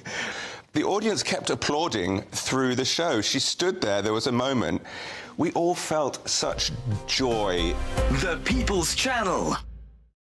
In the GB newsroom, we bring you the news as it happens. With our team of dedicated journalists across the UK, GB News brings you accurate reporting of the day's topical agenda. When the news breaks, wherever and whenever it's happening, we'll be there. This is GB News. The People's Channel. Britain's news channel. If you want your news to be straight talking... This is a nightmare for the Conservatives again. Down to earth. It's not just Nottingham where this is happening, is it? And most importantly, honest. Hard-working, middle-class taxpayers, they'll get the book thrown at them. Then catch me, Martin Daubney, Monday to Friday, 3 till 6 p.m. on GB News, Britain's news channel.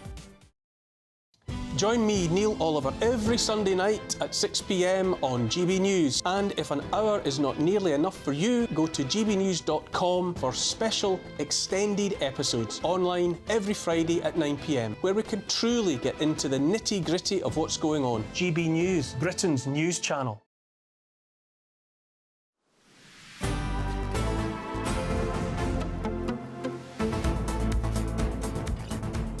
Good afternoon, Britain. It's 27 minutes past 1. Now, in the Conservative leadership race, it's kicking off today. Tom Tugendhat has thrown his hat into the ring to replace Rishi Sunak. Yes, the ex-security minister, who has been an MP since 2015, spoke to GB News a little earlier, and in an appeal to the right of his party and the membership, he said he would be willing to leave the European Convention on Human Rights.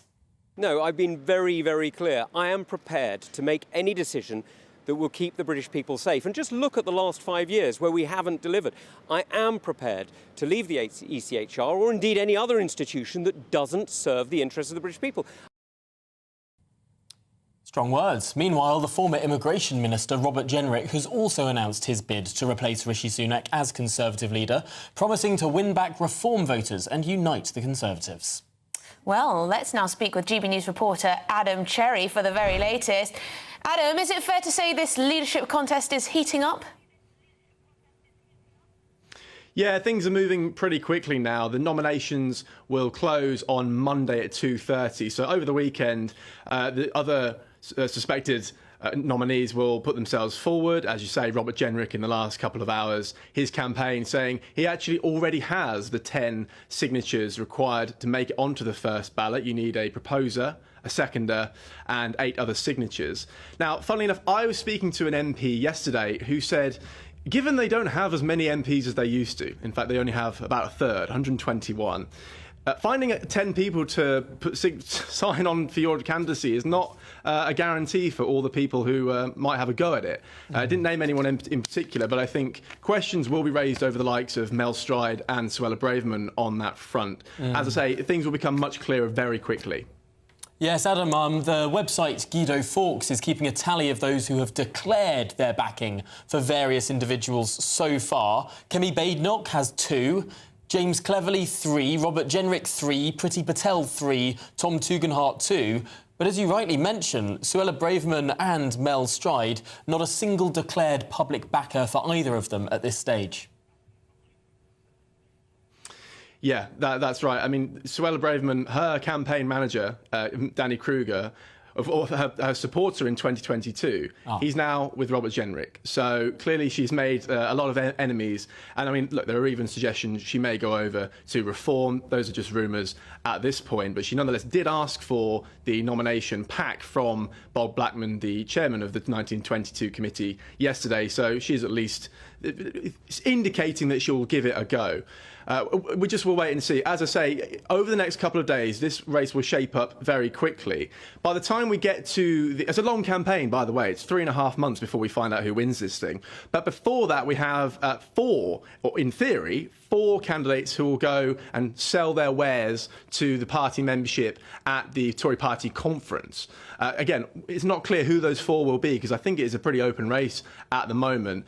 They have said that they'll, privately, they'll try not to tear lumps out of each other like they did 2 years ago. But look, we hear this all the time, how today is the day of a new, gentler politics, and then suddenly 10 minutes later, we're back to the mudslinging. So I wouldn't hold out too much hope on that one. Yes, I mean, I think we all remember the social media dispute between Kemi Badenoch and Suella Braverman over leaked conversations. Thank you very much indeed, Adam Cherry, GB News reporter. That did get a little bit feisty, didn't it? All very public, too public, I'd say. But what do you make of this ECHR, the mention of the European Court of Human Rights? I wouldn't have thought that Tom Tugendhat would go there, taking us out of the ECHR. No, it seems like he wants to leave it on the table, although... Let's not forget, that's what Rishi Sunak said during the election campaign as well. It was officially Conservative Party policy at the last election to have on the table the question of the ECHR. It's just they didn't land either side of it. A little bit of red meat. I should say that if you say something like that, something as important as membership of the ECHR, you should mean it, really, if you're going to flirt with the idea of coming out of it. Well, it is interesting. There are currently these 5 candidates who have declared backers.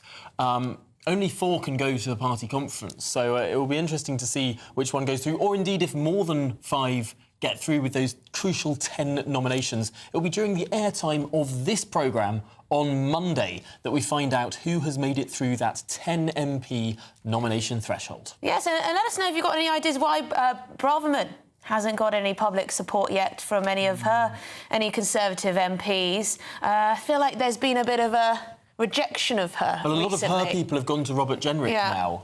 It seems that maybe he's sort of taking on that strong migration line in this contest. Yeah, some saying Suella's a bit of a loose cannon, perhaps, I don't know. But coming up, shoplifting in the UK reaches record highs, and theft is also hitting construction workers. We'll have more on that after your headlines.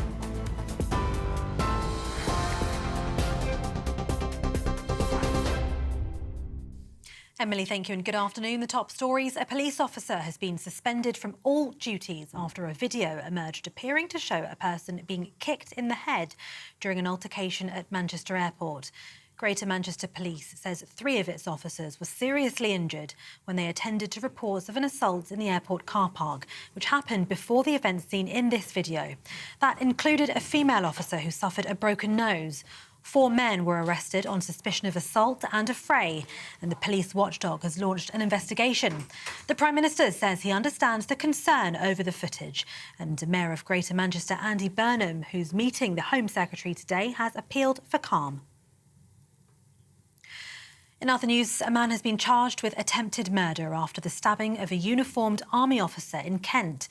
24-year-old Anthony Essan was arrested near his home in Rochester just 30 minutes after the violent attack.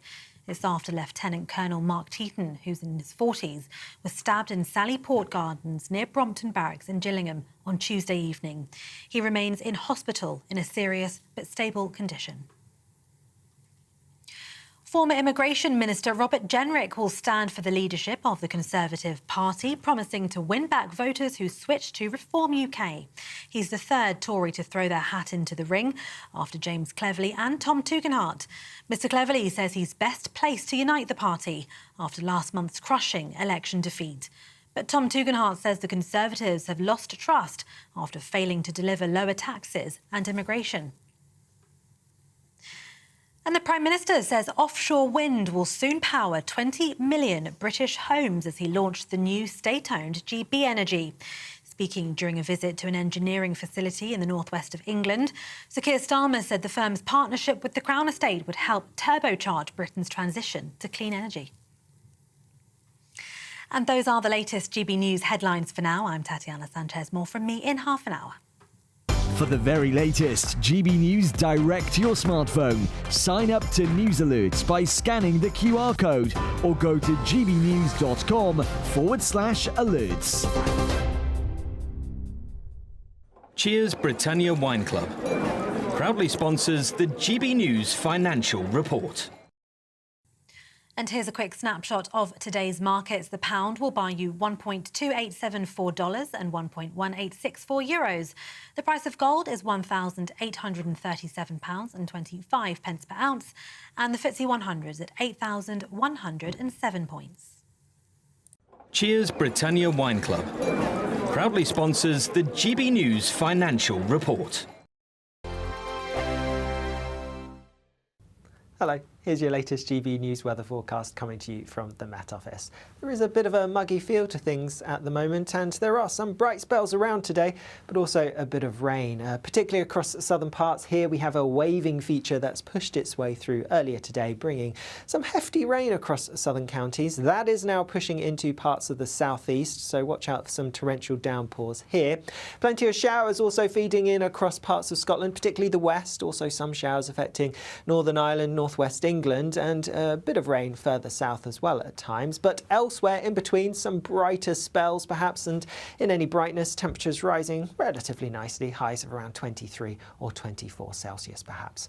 The rain in the southeast will be clearing away as we go through this evening, but the showers across parts of Scotland will be continuing for a time. Some of them will be quite heavy, particularly across western parts, maybe the odd rumble of thunder too. Further east, a greater chance of staying dry with some brighter spells.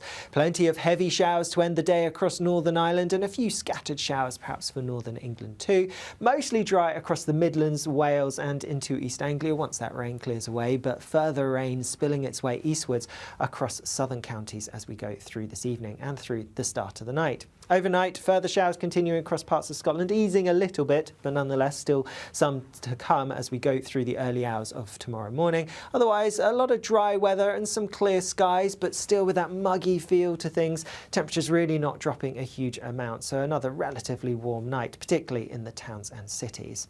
Through tomorrow then, it's going to be a day of sunshine and showers. The showers will be heaviest, most frequent across northern western parts, so particularly western Scotland and Northern Ireland, but some showers feeding into parts of England and Wales. Further east and south, you have a greater chance of avoiding these showers, and there will be plenty of sunny spells around with temperatures a little bit higher than today, so feeling a bit warmer. The latest GB News travel. I'm John Vincent. Queues on the M6 southbound in Staffordshire due to an earlier accident between junction 16 Crewe and 15 for Stoke-on-Trent. And further down the M6 southbound in Warwickshire, there's long delays due to an overturned vehicle between junction 4A, the M42 and 7 for Coleshill. The M49 southbound in Gloucestershire has been closed for a police incident. It's been closed along its entire length from junction 22 of the M4 on the Prince of Wales Bridge down to junction 18 of the M5. Surrounding routes also looking congested. Queues on the M2 coastbound in Kent from junction 7 Brenley Corner. It's all to do with checks on lorries heading towards the port of Dover. And there's slow traffic on the M25 anti-clockwise between junction 25 Enfield and 27 for the M11 following an earlier accident. And that's the latest traffic and travel news. You can stay up to date throughout the day by visiting our website gbnews.com.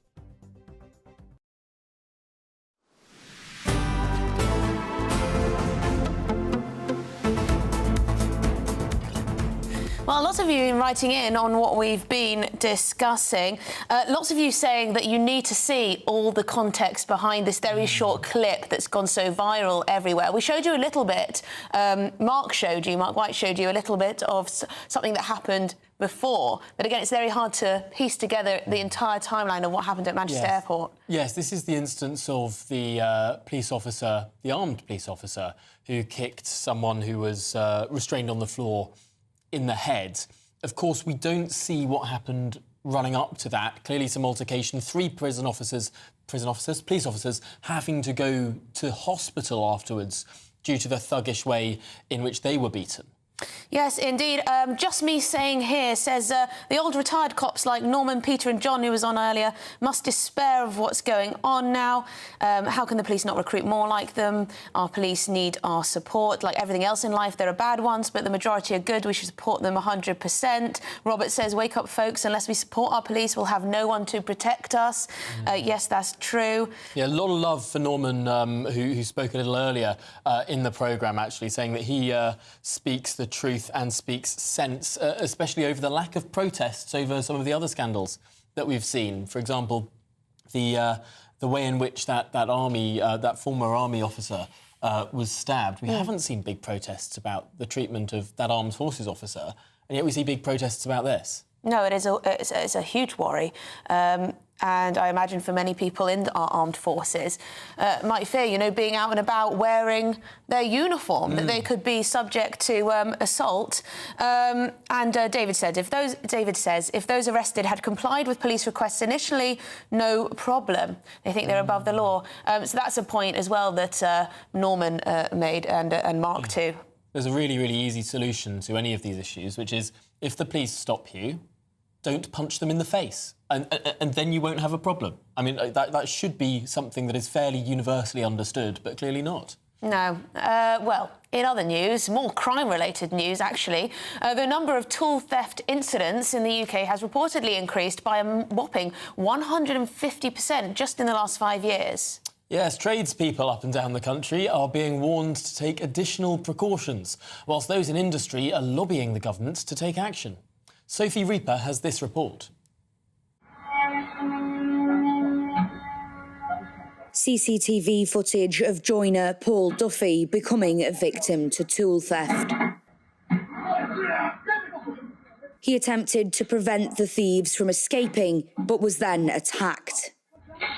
This is the 3rd time in 3 years that Paul has come face to face with this crime, a series of incidents that has left him in over £10,000 of debt. After that incident, I was paranoid, to be fair. I was on site and I was constantly checking my gear, so I take a bit of time off work for that. I mean, I've got kids, I've got a mortgage, and that's how I provide for my family. My tools are ways to make money. And that's that, and they just steal it, and they're not bothered. Just have please, mate. No worries, man. Unfortunately, Paul isn't alone. The most recent figures show a tradesperson in the UK has their tools stolen every 9 minutes. It's increasing because it's easy to do, it's relatively risk-free, and it's very profitable for the tool thieves. So it's gone up from roughly 23,000 incidents a year to 58,000 over the last 5 years.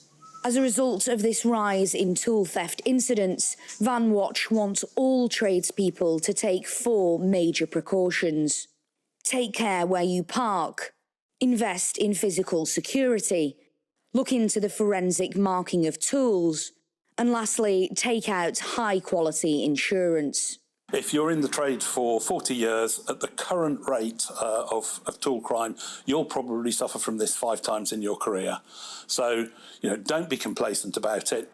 Meanwhile, in Westminster, Trade Community Network On The Tools have been working with the government on tackling this issue. We're constantly trying to lobby government, ultimately, and industry to support tradespeople more. So one of the biggest things we want to try and do is stop the sale of power tools at car boots. So car boots markets are an absolute breeding ground for the resale of all these tools. So ultimately, if it's really hard to resell these things and there's a high risk of someone being punished in a more impactful way, you would expect that the tool theft numbers would lower. Now, as the number of tool theft incidents continues to grow, trade workers will have to hope that new regulations and methods of prevention can actually cut through. Sophie Reaper, GB News. I mean, imagine you've just been out for a hard day's work, you've been grafting from early morning to night, and you come back to your van the next day and all your kit's just been nicked. Yeah. Just the absolute liberty. Because it's not just, all theft is awful, of course, but when it's the theft of the means of your own income... Yeah. That's not just something that's been taken from you for one day. That is taking your income from you for a period of time in the future as well. You feel the impact of that theft every single day into the future until you get new tools, which are incredibly expensive. Yeah, and even if you're insured, well, that means your premiums will go up, probably on your van as well. And, yeah, an absolute nightmare. And it's not just tool thefts that are causing problems for police in England and Wales. The number of shoplifting offences has also risen to a new 20-year high. I mean, what is going on? It's almost like we need some new mega prisons.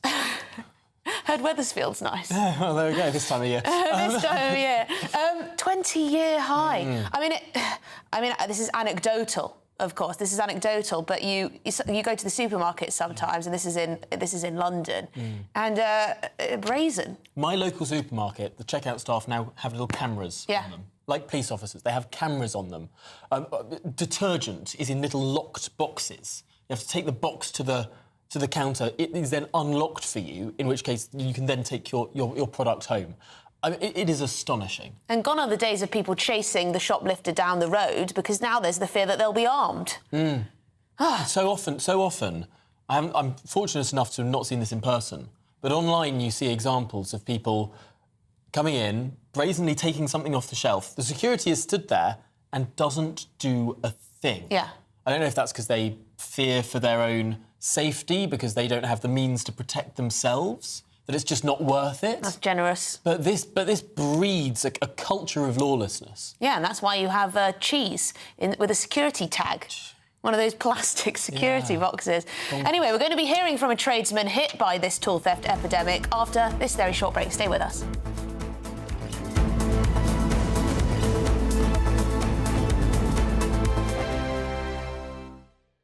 Sunday with Michael Portillo from 11, only on GB News. You're making me think. You were here last week talking about The Merry Widow at Glyndebourne, which I went to see last night. And it was much the same thing. I mean, musically, it doesn't rate, to me, much higher than a music hall. But the professionalism of the delivery, the joy of the cast, therefore the joy of the audience, the absolute charisma of Daniel Denis singing and dancing in the main role, absolutely superb. So just to recollect that. Yeah, and by the way, how long does Hello, Dolly? That's on until September the 14th. And I would say there's been some bumpy, like My Fair Lady, sort of traditional musicals have sort of wobbled quite a bit recently, even The King and I a bit. This one nails everything. I cannot recommend it highly enough. I came out humming and beaming for the rest of the night. Now, the second one is The Baker's Wife, complete opposite. Small show at the Meunier Chocolate Factory. And again, we've got bootleg illegal footage of me, I think, just to give... Because you need to see the setting of this place. It's completely incredible what they've done in a small space. Hopefully we've got a little bit of my illegal video again.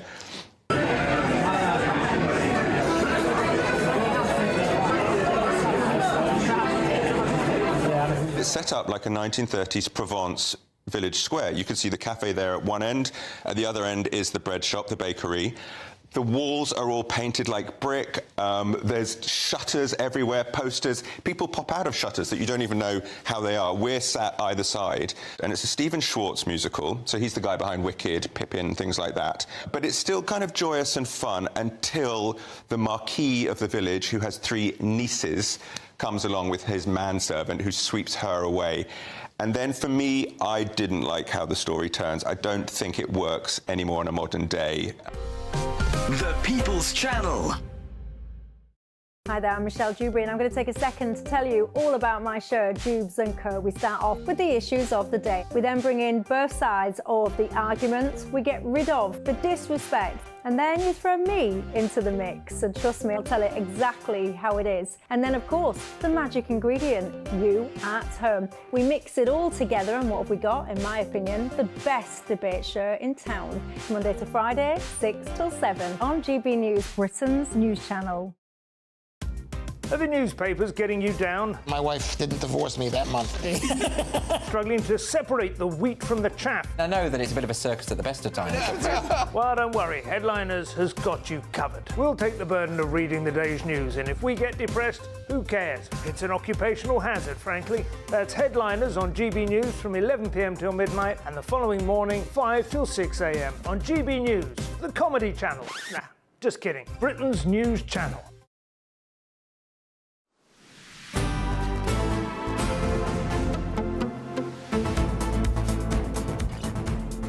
Good afternoon, Britain. It's coming up to 10 to 2. And we're going to head back to this story on tool thefts now, as they've reportedly increased by a massive 150% in the last 5 years. Well, joining us now is Head of Policy and Market Insight at the National Federation of Builders, Rico Vitolovic. Rico, thank you very much. I mean, how big is this problem? Those statistics sound striking. I have not met one member that hasn't experienced tool theft. And it's got worse in the last few years. And it's interesting you mentioned general crime, because since the government removed the red diesel rebate for construction, we've also seen a 145% increase in fuel theft on sites. So tool theft is just devastating. And I think what people often forget is that 49% of the industry are self-employed, so they don't have any backup tools. So you really are decimating people's lives. And if late payment wasn't bad enough, tool theft is just devastating. So what is behind this sudden rise in tool theft? Is there any indication why it's so different now to what it was 5 years ago? Well, I do think that the lack of policing doesn't help. You know, many of our members have got CCTV footage of thefts, and it isn't really acted upon.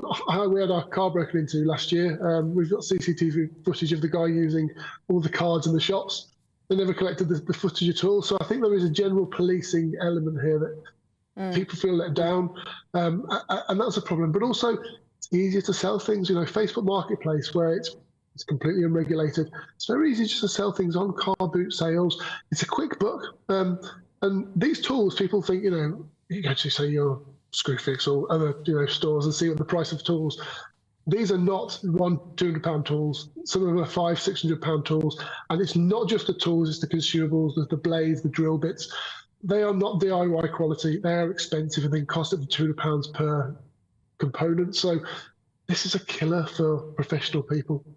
Yeah, so if you work in construction, for example, you've invested a huge amount of money in order to do your trade. Then you find out that it's all been nicked. You have CCTV footage available. You go to the police, you say, this has happened to me, and then they do nothing. And then presumably your insurance premiums go up. Yeah, so if you're a sole trader, you could be looking up to £1,000 a year just to cover your tools and professional liability. If you're a limited company, that could be between £2,500 and £7,000. That's a hell of a lot of money to pay just to protect, your liability, but also your tools. So the campaign to stop, power tools being sold at car boots, that's very useful. You can get, location tags. You can get what are called data dots. That's actually a US system, and you put loads of them on your tools. But they're £1, £2 a dot. So it gets expensive even when you're trying to protect your tools. And I think that, let's be honest, one of the suggestions was park park carefully. Well, Paul was parked in a drive. They didn't care. They drove through the gate, hit the car, tried to take Paul out. This are the chances, which is a problem, but also there's a professional element here. If you nick 10 tools a day and sell them for 60 quid each, they're worth £200-300, you'll easily sell it for that price. That's a lot of money to really, do not a lot of work. I'm always fascinated in the sort of professional element of crime. There was a car crash in a town in Ireland a couple of years ago, that killed 3 people within the car. Burglaries in that area collapsed by a considerable degree after that car crash. It turned out that the 3 people in the car had been committing a huge percentage of all the burglaries in the area. Similarly, one police force in London arrested a bike thief, one bike thief, and bike thefts collapsed by a huge percentage.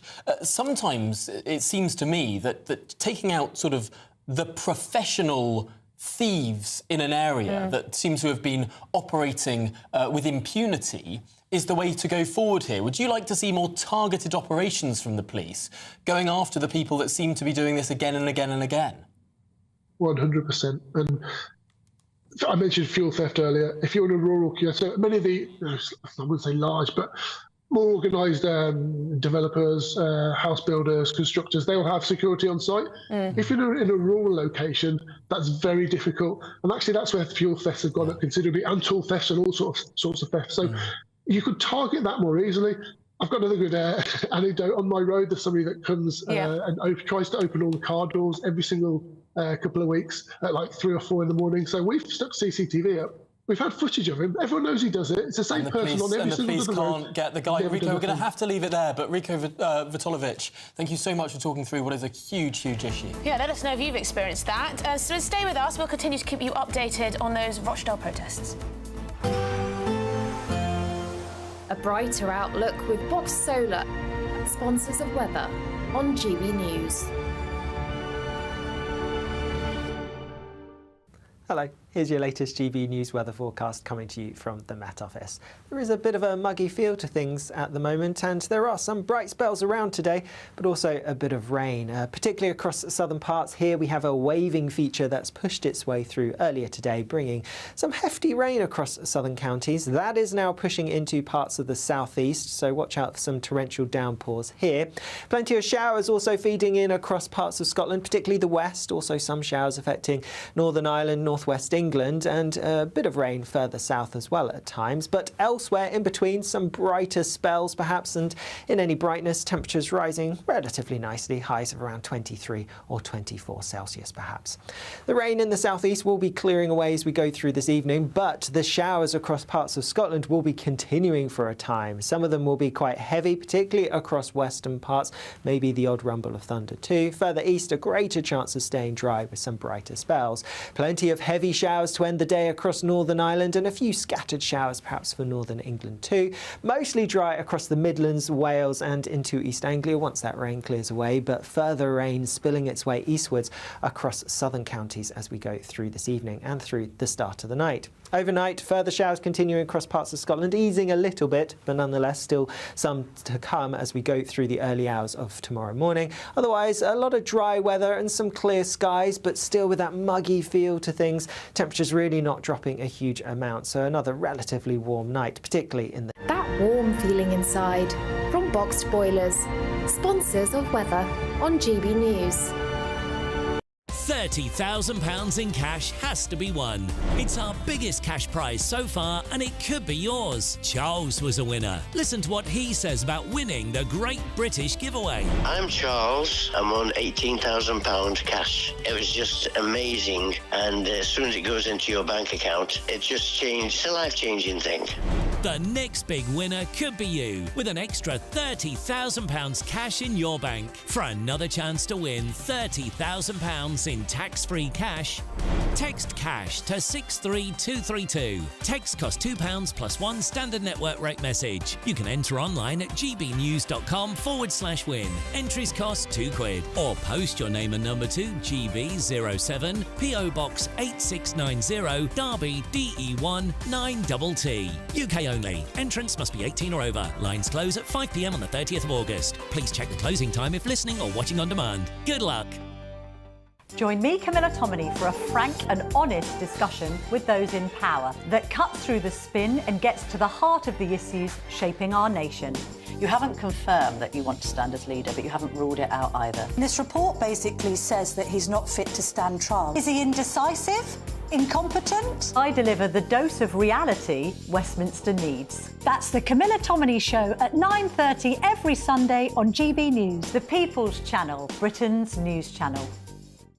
Hi there, I'm Michelle Dewberry and I'm going to take a second to tell you all about my show, Jubes & Co. We start off with the issues of the day. We then bring in both sides of the argument. We get rid of the disrespect. And then you throw me into the mix. And trust me, I'll tell it exactly how it is. And then, of course, the magic ingredient, you at home. We mix it all together and what have we got, in my opinion, the best debate show in town. Monday to Friday, 6 till 7 on GB News, Britain's news channel. Welcome to State of the Nation, daily plunge into the stories shaping our country. I'm Jacob Rees-Mogg, and Monday to Thursday we bring you the insights, the facts, the truth about how our country is being governed. Because what happens in Downing Street matters down your street. Tune in to State of the Nation every Monday to Thursday, 8 to 9 o'clock. Only on GB News, the People's Channel, Britain's news channel. Tune in to Friday Night Live with me, Mark Dolan. GB News royalty with your perfect start to the weekend. Lucky us. Feisty and fearless guests. Well, I'm a normal person, so ask me. Honest opinions that raises more questions than a Gary Barlow tax return. And a few surprises along the way. Might be cold in this studio. That is Friday Night Live with me, Mark Dolan. 8 to 9 only on GB News, the People's Channel, Britain's news channel.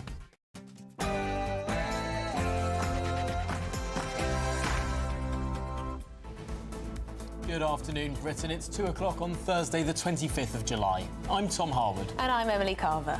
Protests erupt in Rochdale overnight after an armed police officer was caught on camera stamping on a man's head in a Manchester airport. The officer has since been suspended, but is there more to it? We have the very latest. And 24-year-old Anthony Essan appears in court today charged with attempted murder after a lieutenant colonel was stabbed multiple times near a barracks in Kent. We're live outside Medway Magistrates Court. And the Duke of Sussex believes his decision to challenge the tabloid press has been the major factor in the deterioration of his relationship with the royal family. Is that a fair assessment? And over in the United States, a defiant Benjamin Netanyahu tells Congress that his fight is their fight. But how did his visit go down overall? We're speaking to a senior congressional reporter over in Washington.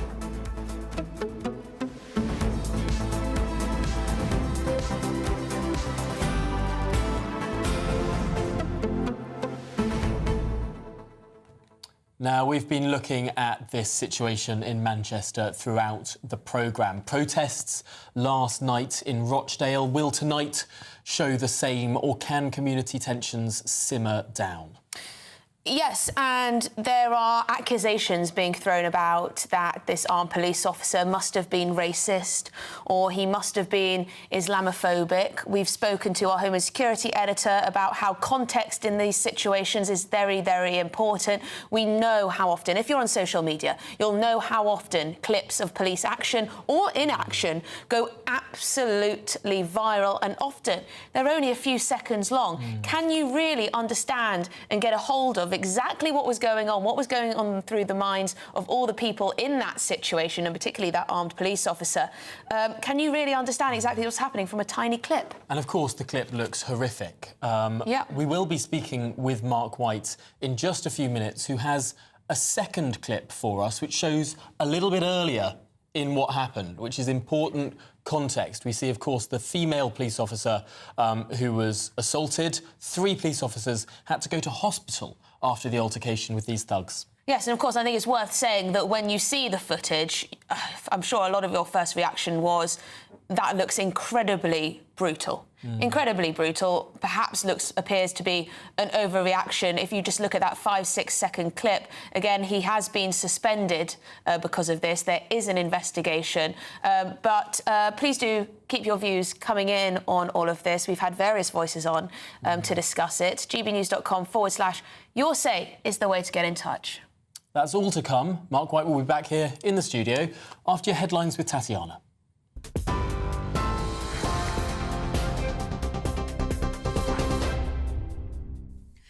Tom, thank you. The top stories this hour. A police officer has been suspended from all duties after a video emerged appearing to show a person being kicked in the head during an altercation at Manchester Airport. Greater Manchester Police says 3 of its officers were seriously injured when they attended to reports of an assault in the airport car park, which happened before the event seen in this video. That included a female officer who suffered a broken nose.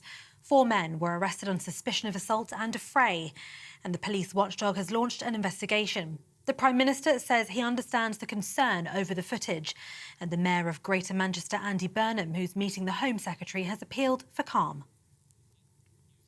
A man has been charged with attempted murder after the stabbing of a uniformed army officer in Kent. 24-year-old Anthony Assan has been remanded in custody after appearing in court today. He was arrested near his home in Rochester just 30 minutes after the violent attack. He's also been charged with possession of an offensive weapon in a public place. It's after Lieutenant Colonel Mark Teaton, who's in his 40s, was stabbed in Sallyport Gardens near Brompton Barracks in Gillingham on Tuesday evening. He remains in hospital in a serious but stable condition.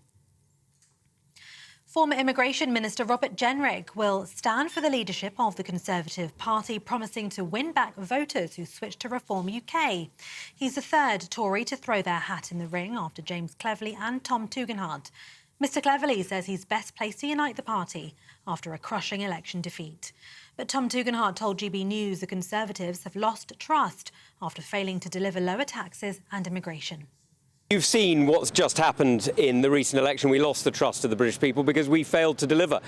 And I've got a track record of delivery, whether that's in the army on operations in Iraq and Afghanistan, or whether that's in Parliament standing up to those who would threaten us, those authoritarian dictators. And that's got me sanctioned by countries like China and Russia and Iran. And, of course, I've been delivering in government, as the security minister, making sure that we are safe. And I can't talk about all the areas that I've been working on as security minister for obvious reasons, but absolutely prioritising the interests and security of the British people is exactly what I've done. The Prime Minister says offshore wind will soon power 20 million British homes as he launched the new state-owned GB Energy.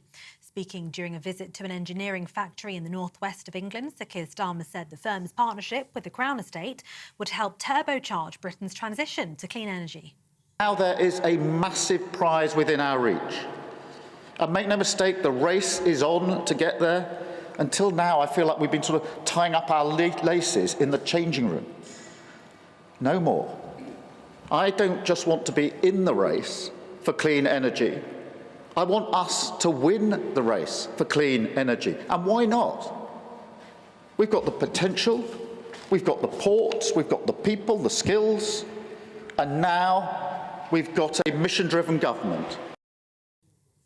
In the US, Joe Biden said he couldn't let his personal ambition stand in the way of saving democracy as he addressed the nation during a televised speech from the Oval Office last night. In his first comments since announcing his decision to drop out of the presidential race, the 81-year-old said it had been the honour of his life to serve the American people as president. But he said the future of the United States must come first, and it's time to pass the torch on to the next generation. In recent weeks, it's become clear to me that I need to unite my party in this critical endeavor. I believe my record as president, my leadership in the world, my vision for America's future, all merited a second term. But nothing can come in the way of saving our democracy. That includes personal ambition. And Andy Murray has officially withdrawn from the singles event at the Paris Olympics. The 2-time gold medalist is still not fully recovered from the back surgery he had last month. He says the men's doubles, where he's playing with Dan Evans, offers his best chance of another medal. Those are the latest GB News headlines for now. I'm Tatiana Sanchez. More from me in half an hour. For the very latest GB News direct to your smartphone, sign up to News Alerts by scanning the QR code or go to gbnews.com/alerts.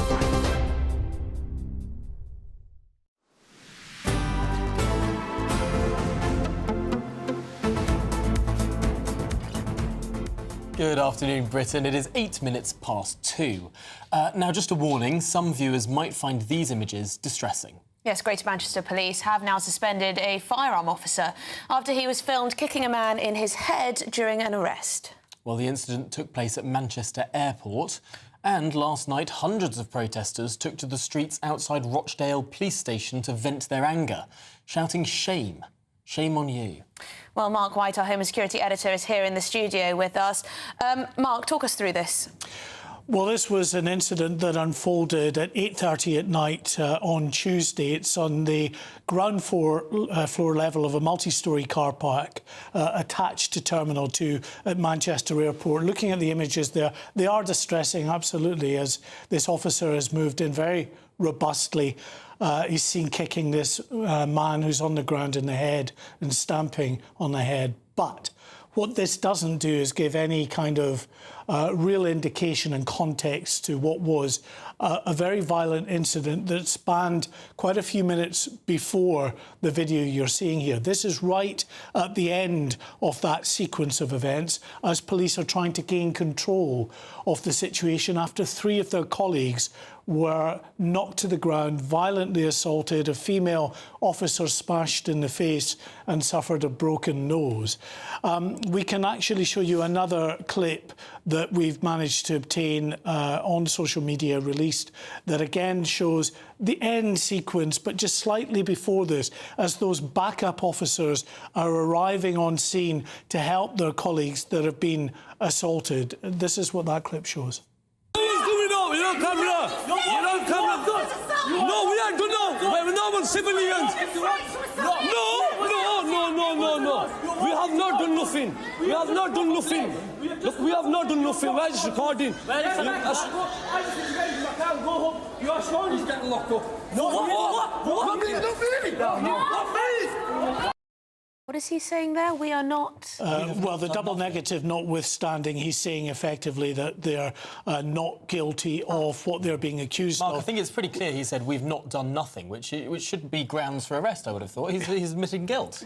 I said the double negative aside, he's clearly indicating to the officers that he is not being involved in the assault. However, the officers that have been assaulted, including the female who was smashed in the face, is clearly pointing out those that she says attacked her. So her colleagues on scene, having heard all of this unfolding over the police radios as they're rushing to help their colleagues, they arrive on the ground floor of this multi-storey car park.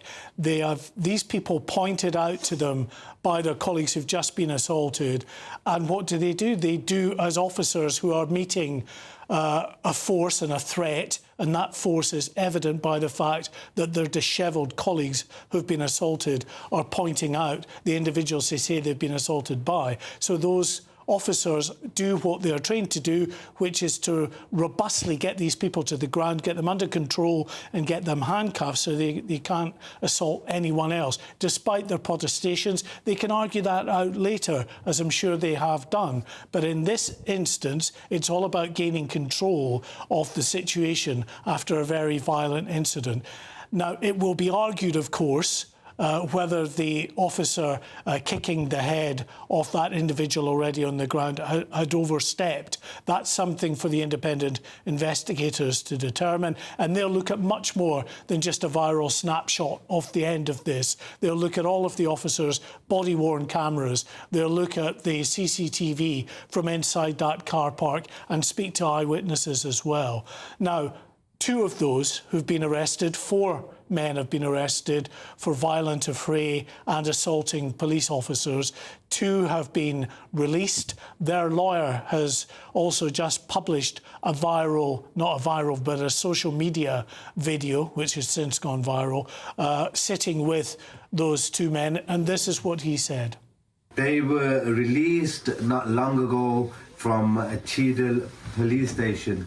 They then had to make their own way to the hospital. But in reality, because they've had head injuries, it was the police duty to take them to a hospital. But nevertheless, they made their own way. And now I've documented their injuries, and we are headed to Rochdale police station to make a formal complaint of assault and wounding. So that complaint of assault and wounding will run parallel in terms of investigations to the investigation into these individuals accused of assaulting emergency service workers. And of course, the overarching independent inquiry will look at whether the officer's use of force here was proportionate, given the threat that clearly this officer perceived. What we haven't seen, of course, is any body cam footage from the police themselves so far. I'm given to understand that in the United States of America, the police are now incredibly quick to get that body cam footage out.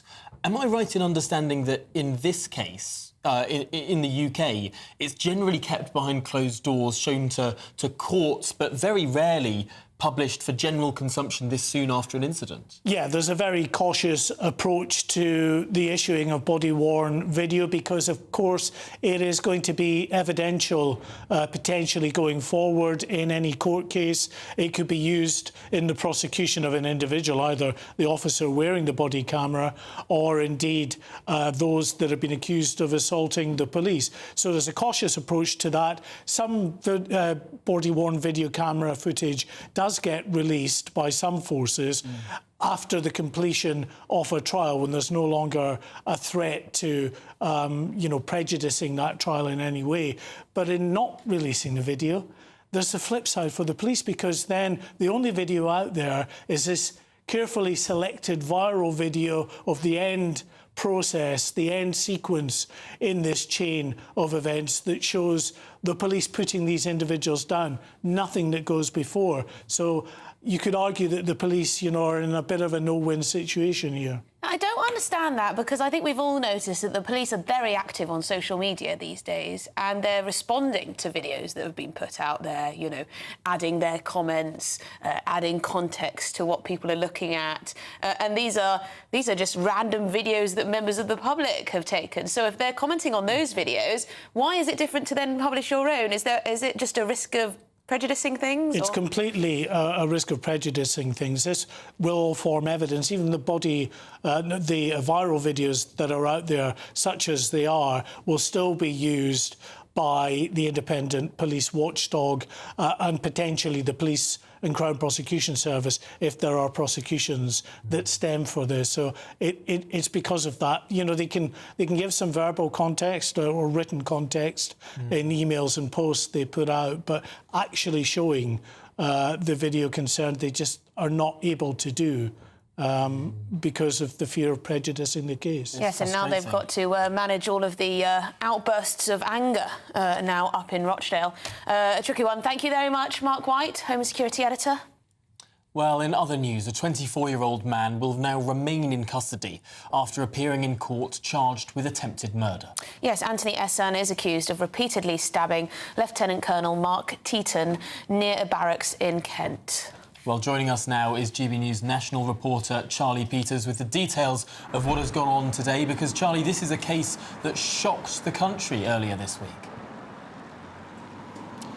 Hi, Tom. Hi, Emily. Yes, shocked the country indeed. And there were unusual proceedings this morning at Medway Magistrates Court because Anthony Essan, aged 24, appeared in the dock here in handcuffs, which is unusual. The Crown Prosecution Service notes that that should only happen if there is a serious risk of harm expected, and that risk is heightened enough to necessitate the restraint of someone in the dock. Now, the defendant, when asked by the district judge to confirm his name, his address and his date of birth, he repeatedly asked why. And then, when he was told to sit down, he did not do so.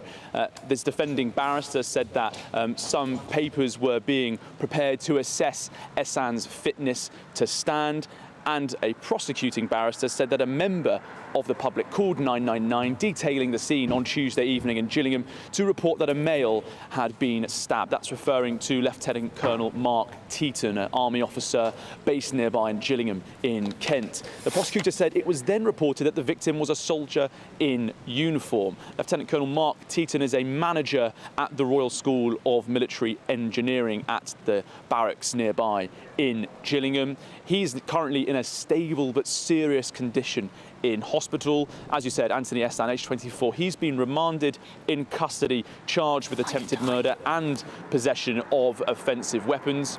Two blades were found at the scene and 3 further when he was arrested at his home in Rochester, also in Kent. He is next sent to appear at Maidstone Crown Court on August the 22nd. Well, Charlie Peters, thank you very much for that report.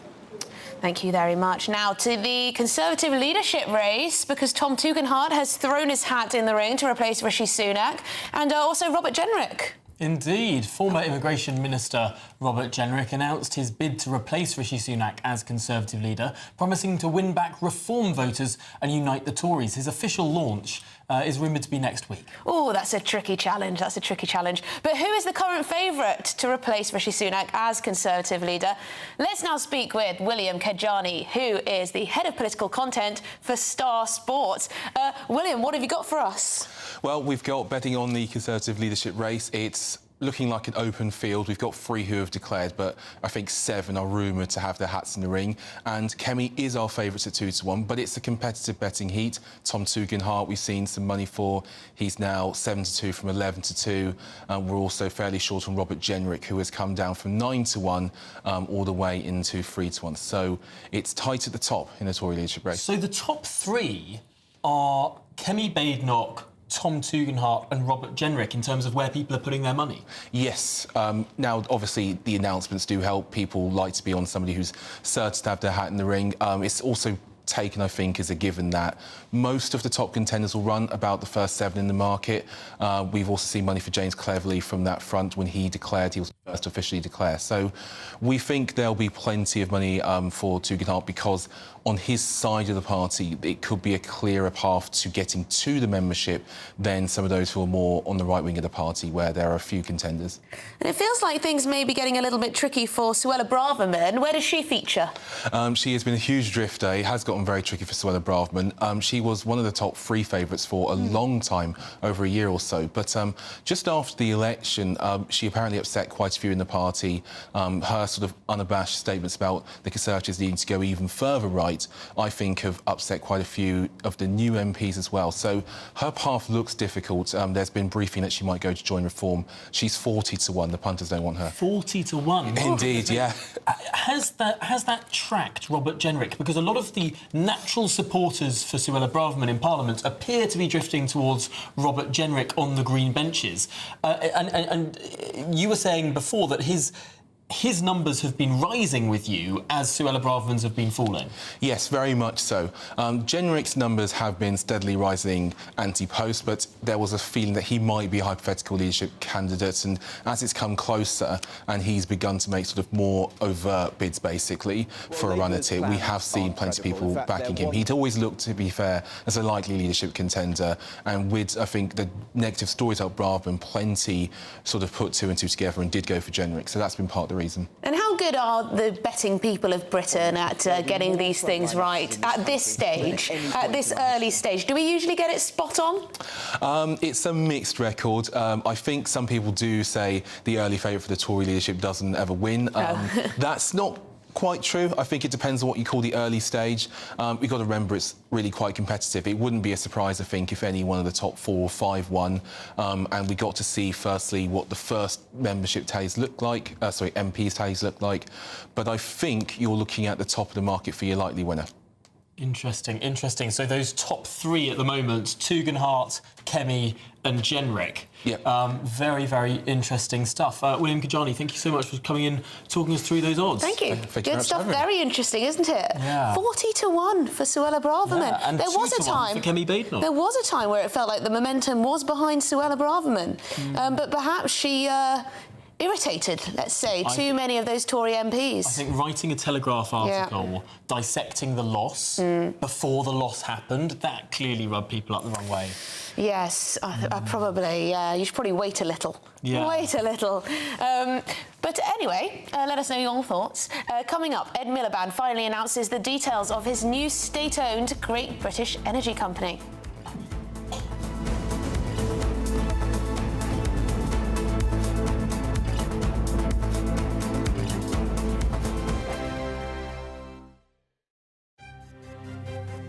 GB News Breakfast. Every day from 6 a.m.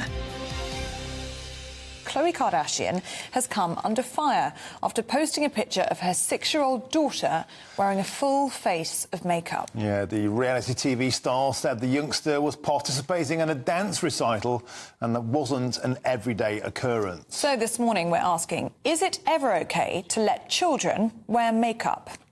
Well, joining us now is journalist Julie Cook. So, Julie, it's a child wearing full rouge, bright red lipstick, hair tied back, looking very, very stylised, very much, I think, like a young adult. Is this really the sort of thing we should be doing with small children?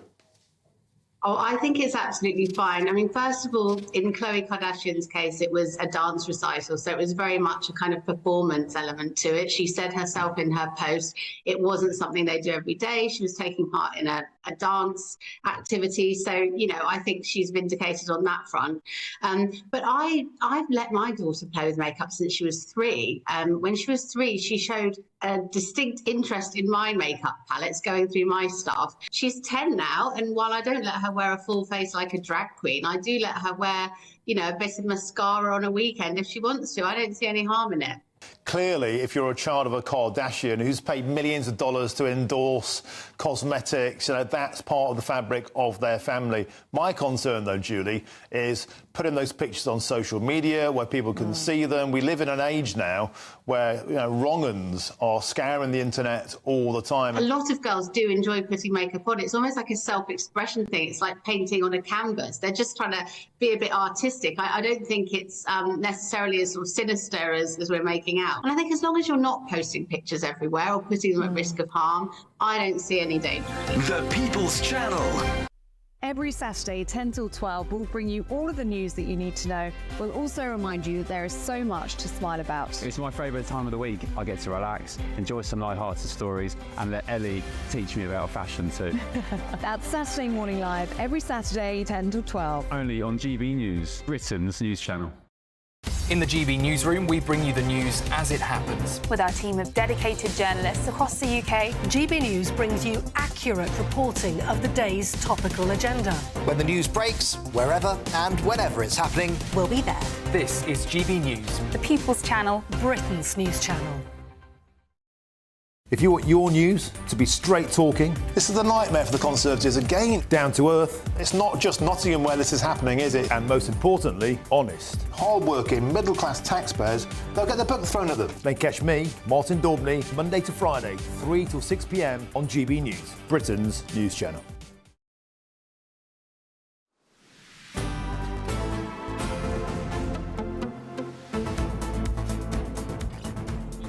Good afternoon, Britain. It's 26 minutes past 2.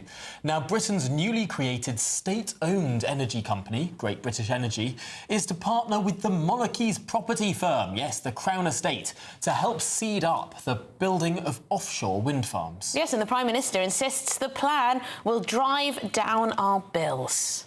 Well, let's get more with our GB News political correspondent, Catherine Forster, who was at the speech earlier today. Catherine, it's a bit interesting. During the campaign, we weren't quite sure what GB Energy was. Is it just a rebranded investment firm, or is it actually an energy company? Did we get closer to the truth today?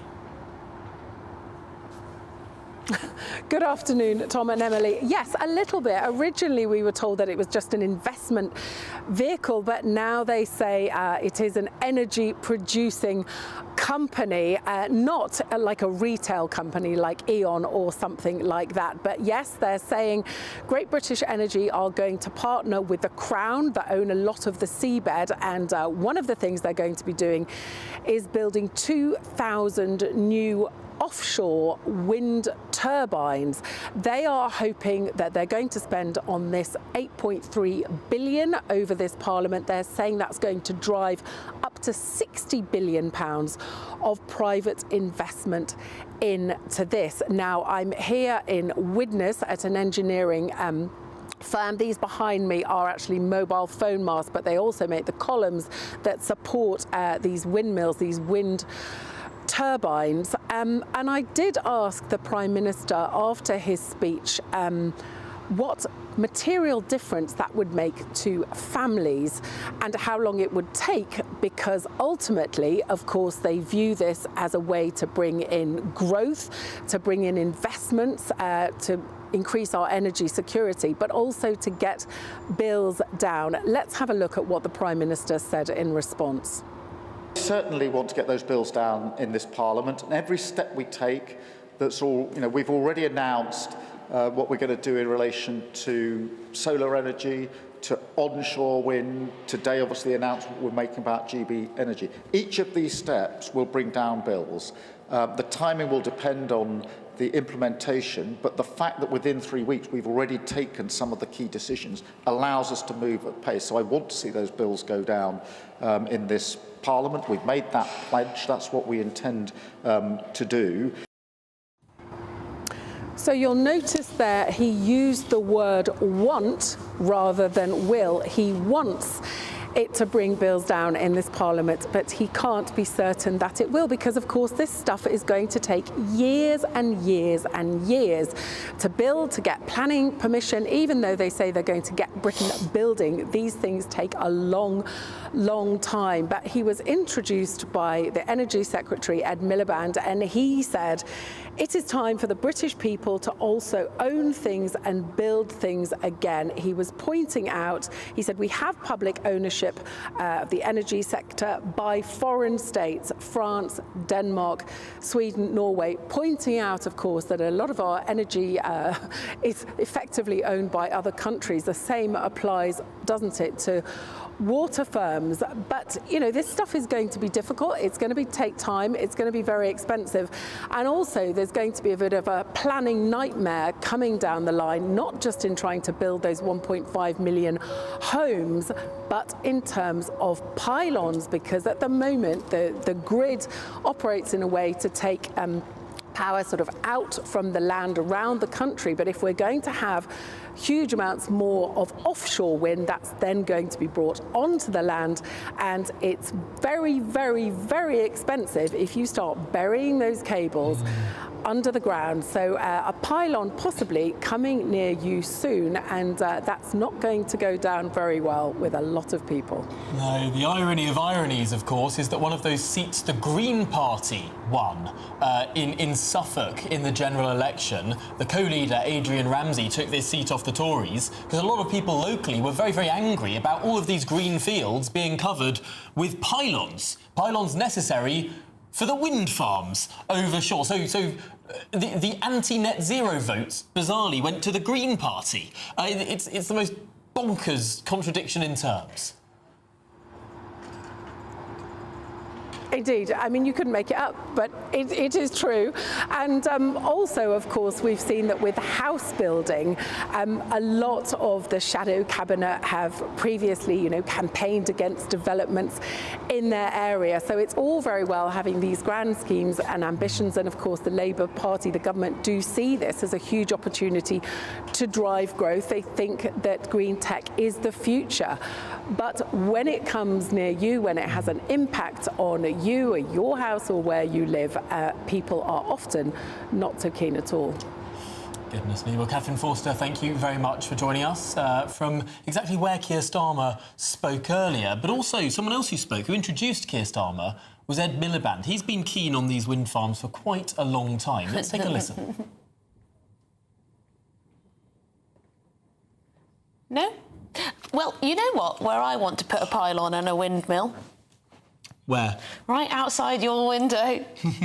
Do you know why? Why is that? Because you're the biggest YIMBY in the land. Yes, in my backyard. I want to build.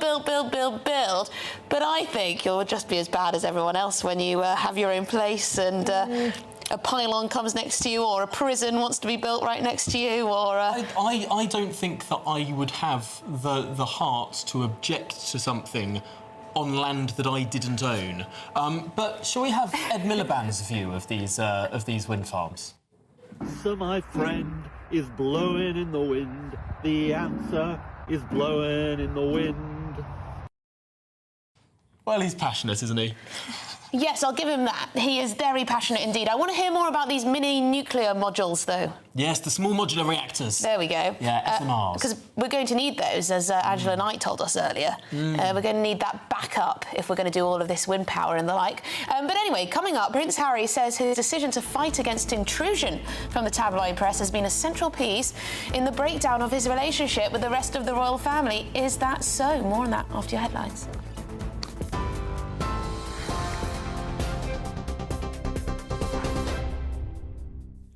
Emily, thank you and good afternoon. The top stories this hour. A police officer has been suspended from all duties after a video emerged appearing to show a person being kicked in the head during an altercation at Manchester Airport. Greater Manchester Police says 3 of its officers were seriously injured when they attended to reports of an assault in the airport car park, which happened before the event seen in this video. That included a female officer who suffered a broken nose.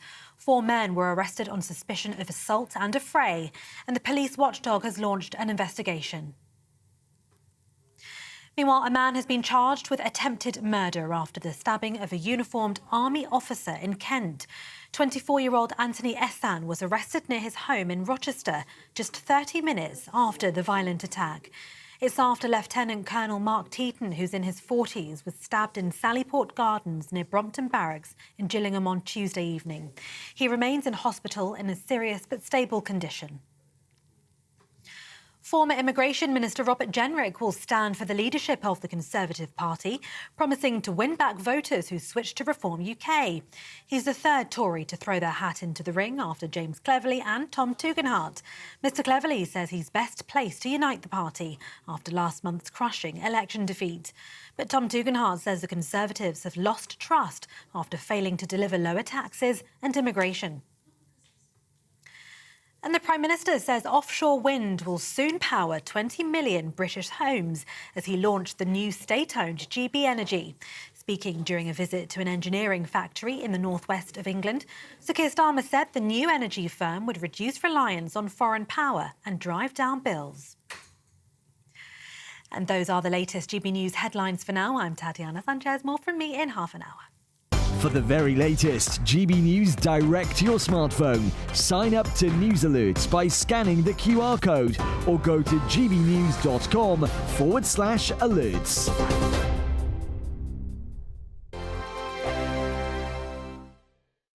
Hello, here's your latest GB News weather forecast coming to you from the Met Office. There is a bit of a muggy feel to things at the moment, and there are some bright spells around today, but also a bit of rain, particularly across southern parts. Here we have a waving feature that's pushed its way through earlier today, bringing some hefty rain across southern counties. That is now pushing into parts of the southeast, so watch out for some torrential downpours here.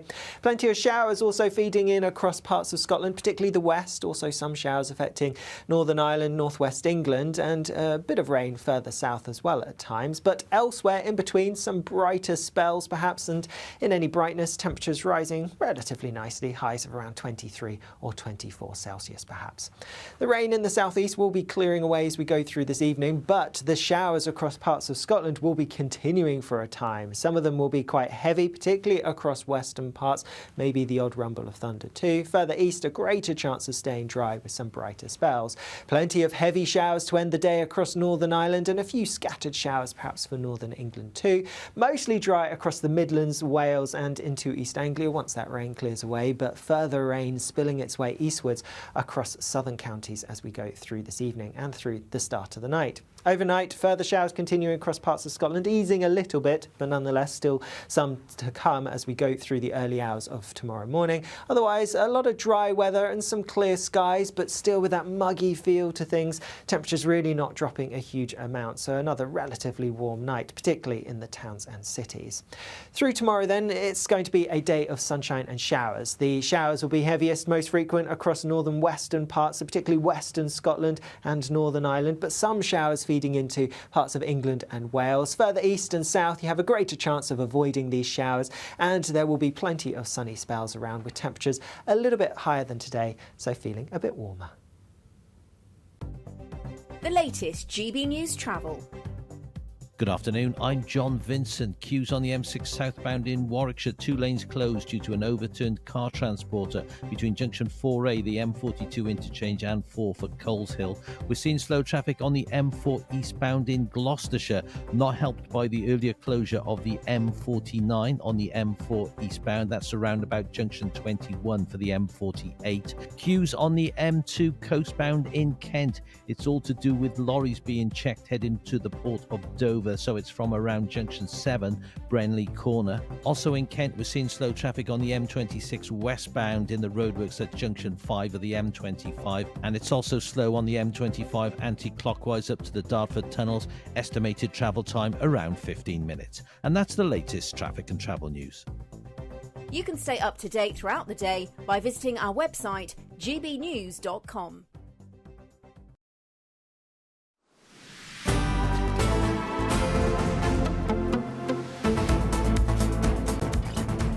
Well, it's 2:38 and the Duke of Sussex has described his determination to fight the tabloids as a central piece in destroying his relationship with his family, with the rift in part due to his mission. Well, Prince Harry said he wished his family had joined together with him in his campaign in the wake of the phone hacking scandal, as he gave an interview to ITV for its Tabloids on Trial documentary. Let's have a listen. I think everything that's played out has shown people what the truth of the matter is. For me, the mission continues, but it's caused, as you say, part of a rift. Well, we can now speak with historian and broadcaster Rafe Hadel-Mancu.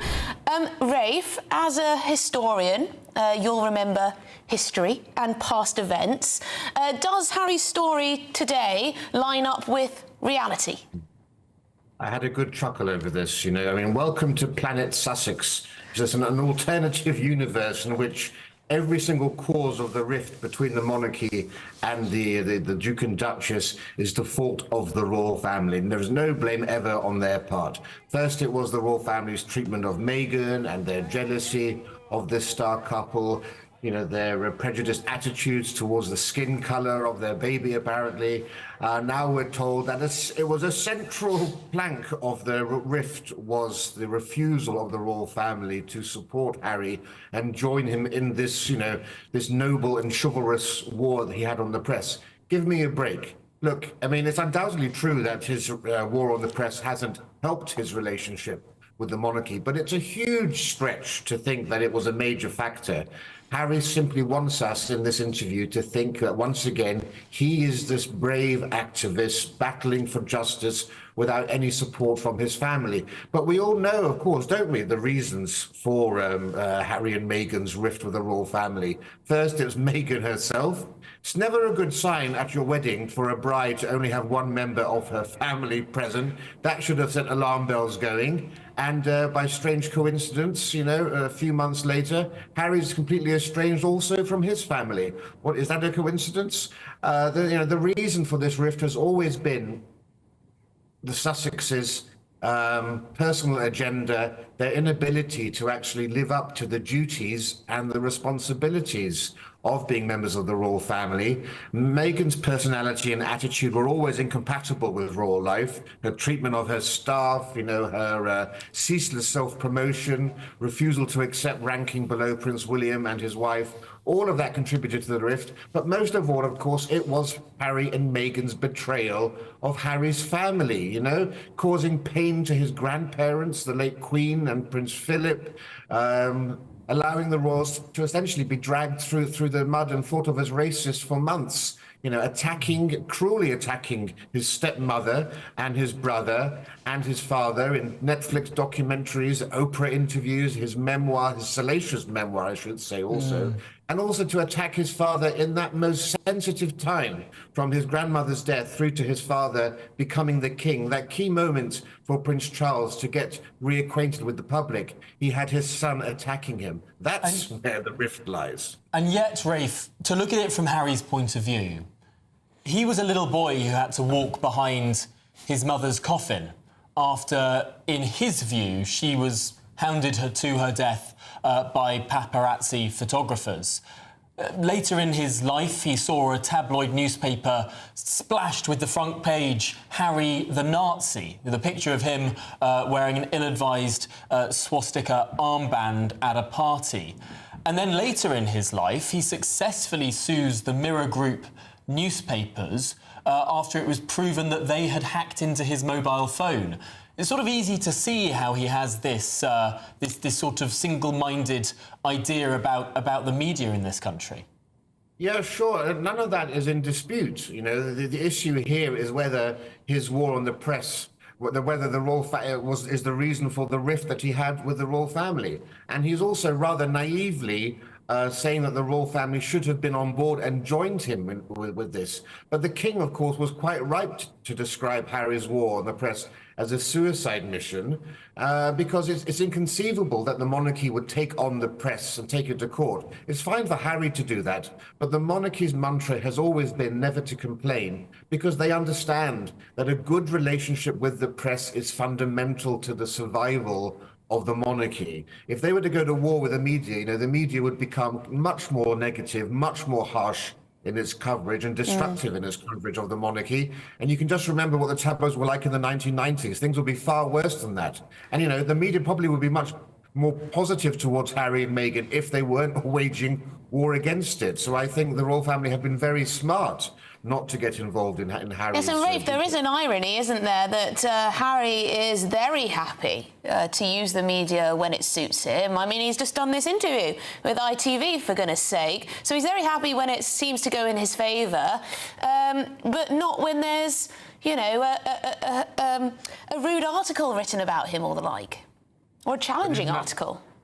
But that's just it, and that proves that Harry and Meghan aren't royal any longer. They're merely celebrities, because, you know, from Madonna onwards, all celebrities have wanted the positive press coverage and haven't been able to tolerate the negative press coverage. Unfortunately, that's not how the media works. If you open yourself up to the media, you have to expect the good and the bad. The monarchy understands that, and for better or worse, they have to live with the negative news stories and rise above it. That's the secret to a relationship with the press, is not to attack them. Well, Rafe Hadelmanku, really appreciate your expertise on this issue. Thanks for joining us. Thank you very much. Well, coming up, we're going to be crossing over to Washington as the presidential race heats up, and we'll get more on that Congress speech from Benjamin Netanyahu.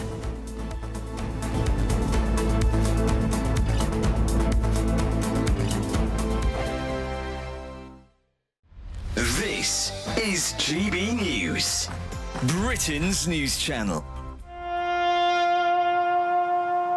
In World War I, 309 men from Britain and the Commonwealth never came home because they'd been shot at dawn. The majority were killed for desertion, cowardice and sleeping at post. Appearing at their court-martials and told they'd brought shame on their country, these men had no opportunity to defend themselves and were executed by a firing squad. The National Memorial Arboretum launched a fundraising campaign to restore the memorial, which has stood for more than 20 years. Thank you to your viewers for their support for the fundraising campaign, and thanks to the generosity of so many people, we've been able to replace all 309 of the posts that represent those young men that were shot in the First World War. Restoration of this really precious memorial. The centrepiece of the memorial is the young soldier, blindfolded and facing his execution. In September 1916, Private Harry Farr was ordered to the front. Already suffering from shell shock, he was overwhelmed and refused his orders. He was court-martialed, and in a trial lasting only 20 minutes, he was sentenced to death. On the day of his execution, he faced the firing squad without a blindfold. Janet Booth is Private Farr's granddaughter and was part of the public campaign to have those who were shot at dawn officially pardoned. When I asked my gran, do you know where I could find Harry's grave? And she looked at my mother, and there was this sort of look between them, and then she said, well, he hasn't got a grave because they didn't warrant, he deserved one because he was shot as a coward and had let his country down. We can come here as a family and pay our respects to him, and also for all the other families, it's somewhere to come and remember their loved ones. The People's Channel. Mark Dolan tonight is your weekend dose of news, debate and entertainment. This sounds like a wild conspiracy theory. Don't miss My Big Opinion, Mark Meets, and My Take at 10. Democracy is a funny old thing. And we don't do boring, not on my watch. I just won't have it. Go and get another glass of that bubbly, you've earned it. That's Mark Dolan tonight, Saturday and Sunday, 9 to 11, only on GB News, the People's Channel, Britain's news channel. Hi there, I'm Michelle Dewberry and I'm going to take a second to tell you all about my show, Dubes & Co. We start off with the issues of the day. We then bring in both sides of the arguments. We get rid of the disrespect. And then you throw me into the mix. And trust me, I'll tell it exactly how it is. And then, of course, the magic ingredient, you at home. We mix it all together and what have we got, in my opinion, the best debate show in town. Monday to Friday, 6 till 7 on GB News, Britain's news channel.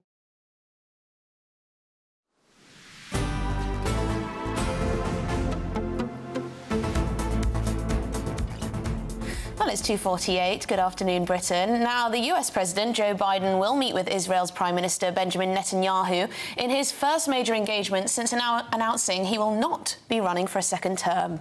But it's been met with fury as Washington, D.C. faces mass pro-Palestine protests, including a certain amount of graffiti on memorials. But there wasn't just disdain on the streets for Mr. Netanyahu's visit, as leading Democrats also boycotted his address to Congress. However, the Israeli Prime Minister remained thankful for America's early backing in the Gaza conflict. I thank President Biden for his heartfelt support for Israel. After the savage attack on October 7th, he rightly called Hamas sheer evil. He dispatched 2 aircraft carriers to the Middle East to deter a wider war. And he came to Israel to stand with us during our darkest hour, a visit that will never be forgotten.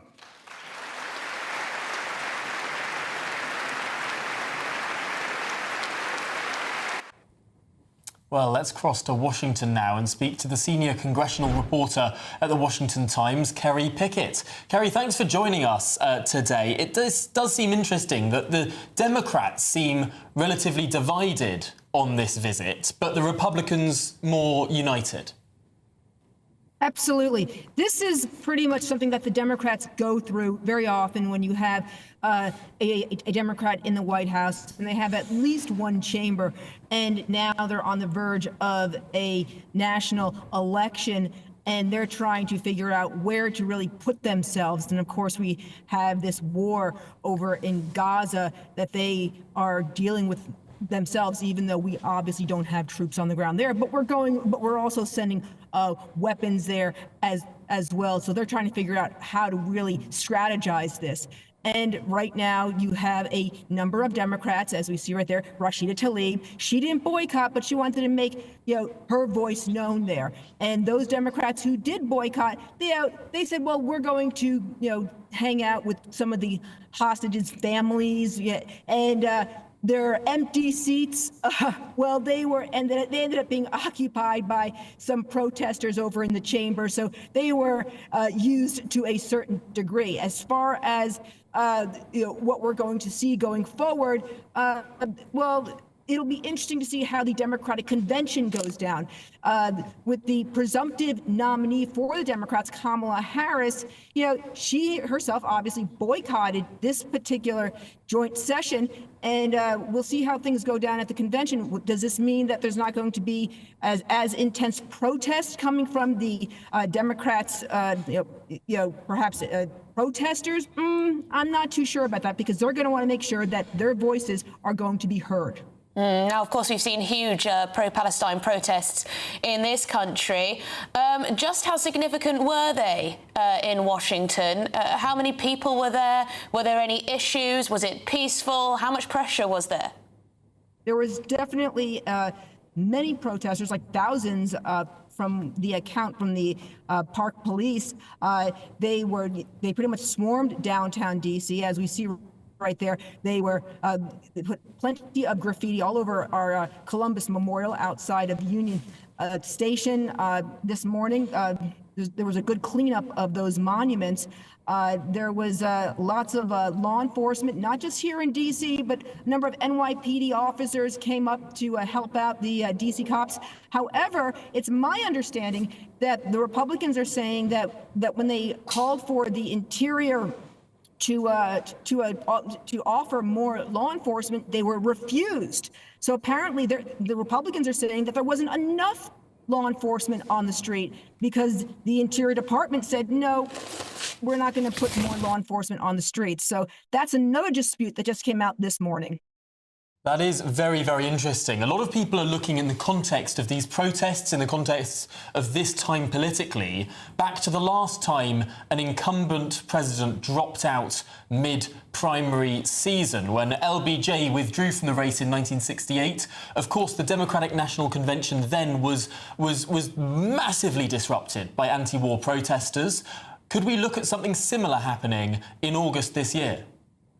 I'm glad you brought that up, because we're seeing lots of parallels to that. When LBJ dropped out in 1968, there was sort of like euphoria coming from the Democrats. Okay, we got LBJ out, and now we have Hubert Humphrey coming in, and everyone was kind of psyched about that. But still, they still had the problem of the Vietnam War. Those problems still existed.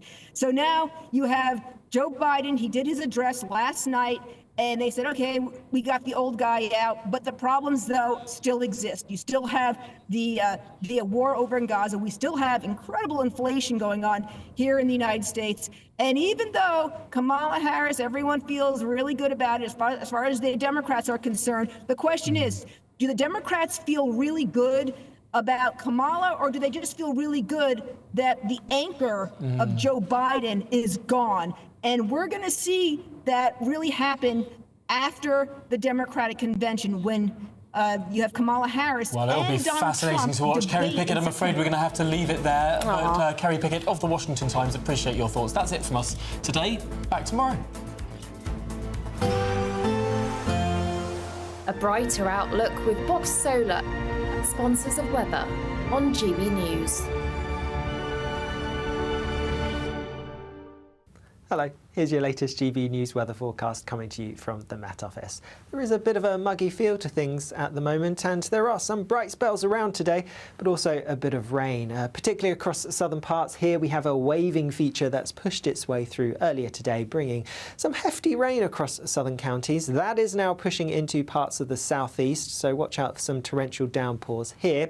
Plenty of showers also feeding in across parts of Scotland, particularly the west. Also some showers affecting Northern Ireland, northwest England, and a bit of rain further south as well at times. But elsewhere in between, some brighter spells perhaps, and in any brightness, temperatures rising relatively nicely, highs of around 23 or 24 Celsius perhaps. The rain in the southeast will be clearing away as we go through this evening, but the showers across parts of Scotland will be continuing for a time. Some of them will be quite heavy, particularly across western parts, maybe the odd rumble of thunder too. Further east, a greater chance of staying dry with some brighter spells. Plenty of heavy showers to end the day across Northern Ireland, and a few scattered showers perhaps for Northern England too. Mostly dry across the Midlands, Wales and into East Anglia once that rain clears away, but further rain spilling its way eastwards across southern counties as we go through this evening and through the start of the night. Overnight, further showers continuing across parts of Scotland, easing a little bit, but nonetheless still some to come as we go through the early hours of tomorrow morning. Otherwise, a lot of dry weather and some clear skies, but still with that muggy feel to things. Temperatures really not dropping a huge amount, so another relatively warm night, particularly in the towns and cities. Through tomorrow then, it's going to be a day of sunshine and showers. The showers will be heaviest, most frequent across northern western parts, so particularly western Scotland and Northern Ireland, but some showers feeding into parts of England and Wales. Further east and south, you have a greater chance of avoiding these showers, and there will be plenty of sunny spells around with temperatures a little bit higher than today, so feeling a bit warmer. That warm feeling inside from Boxed Boilers, sponsors of weather on GB News.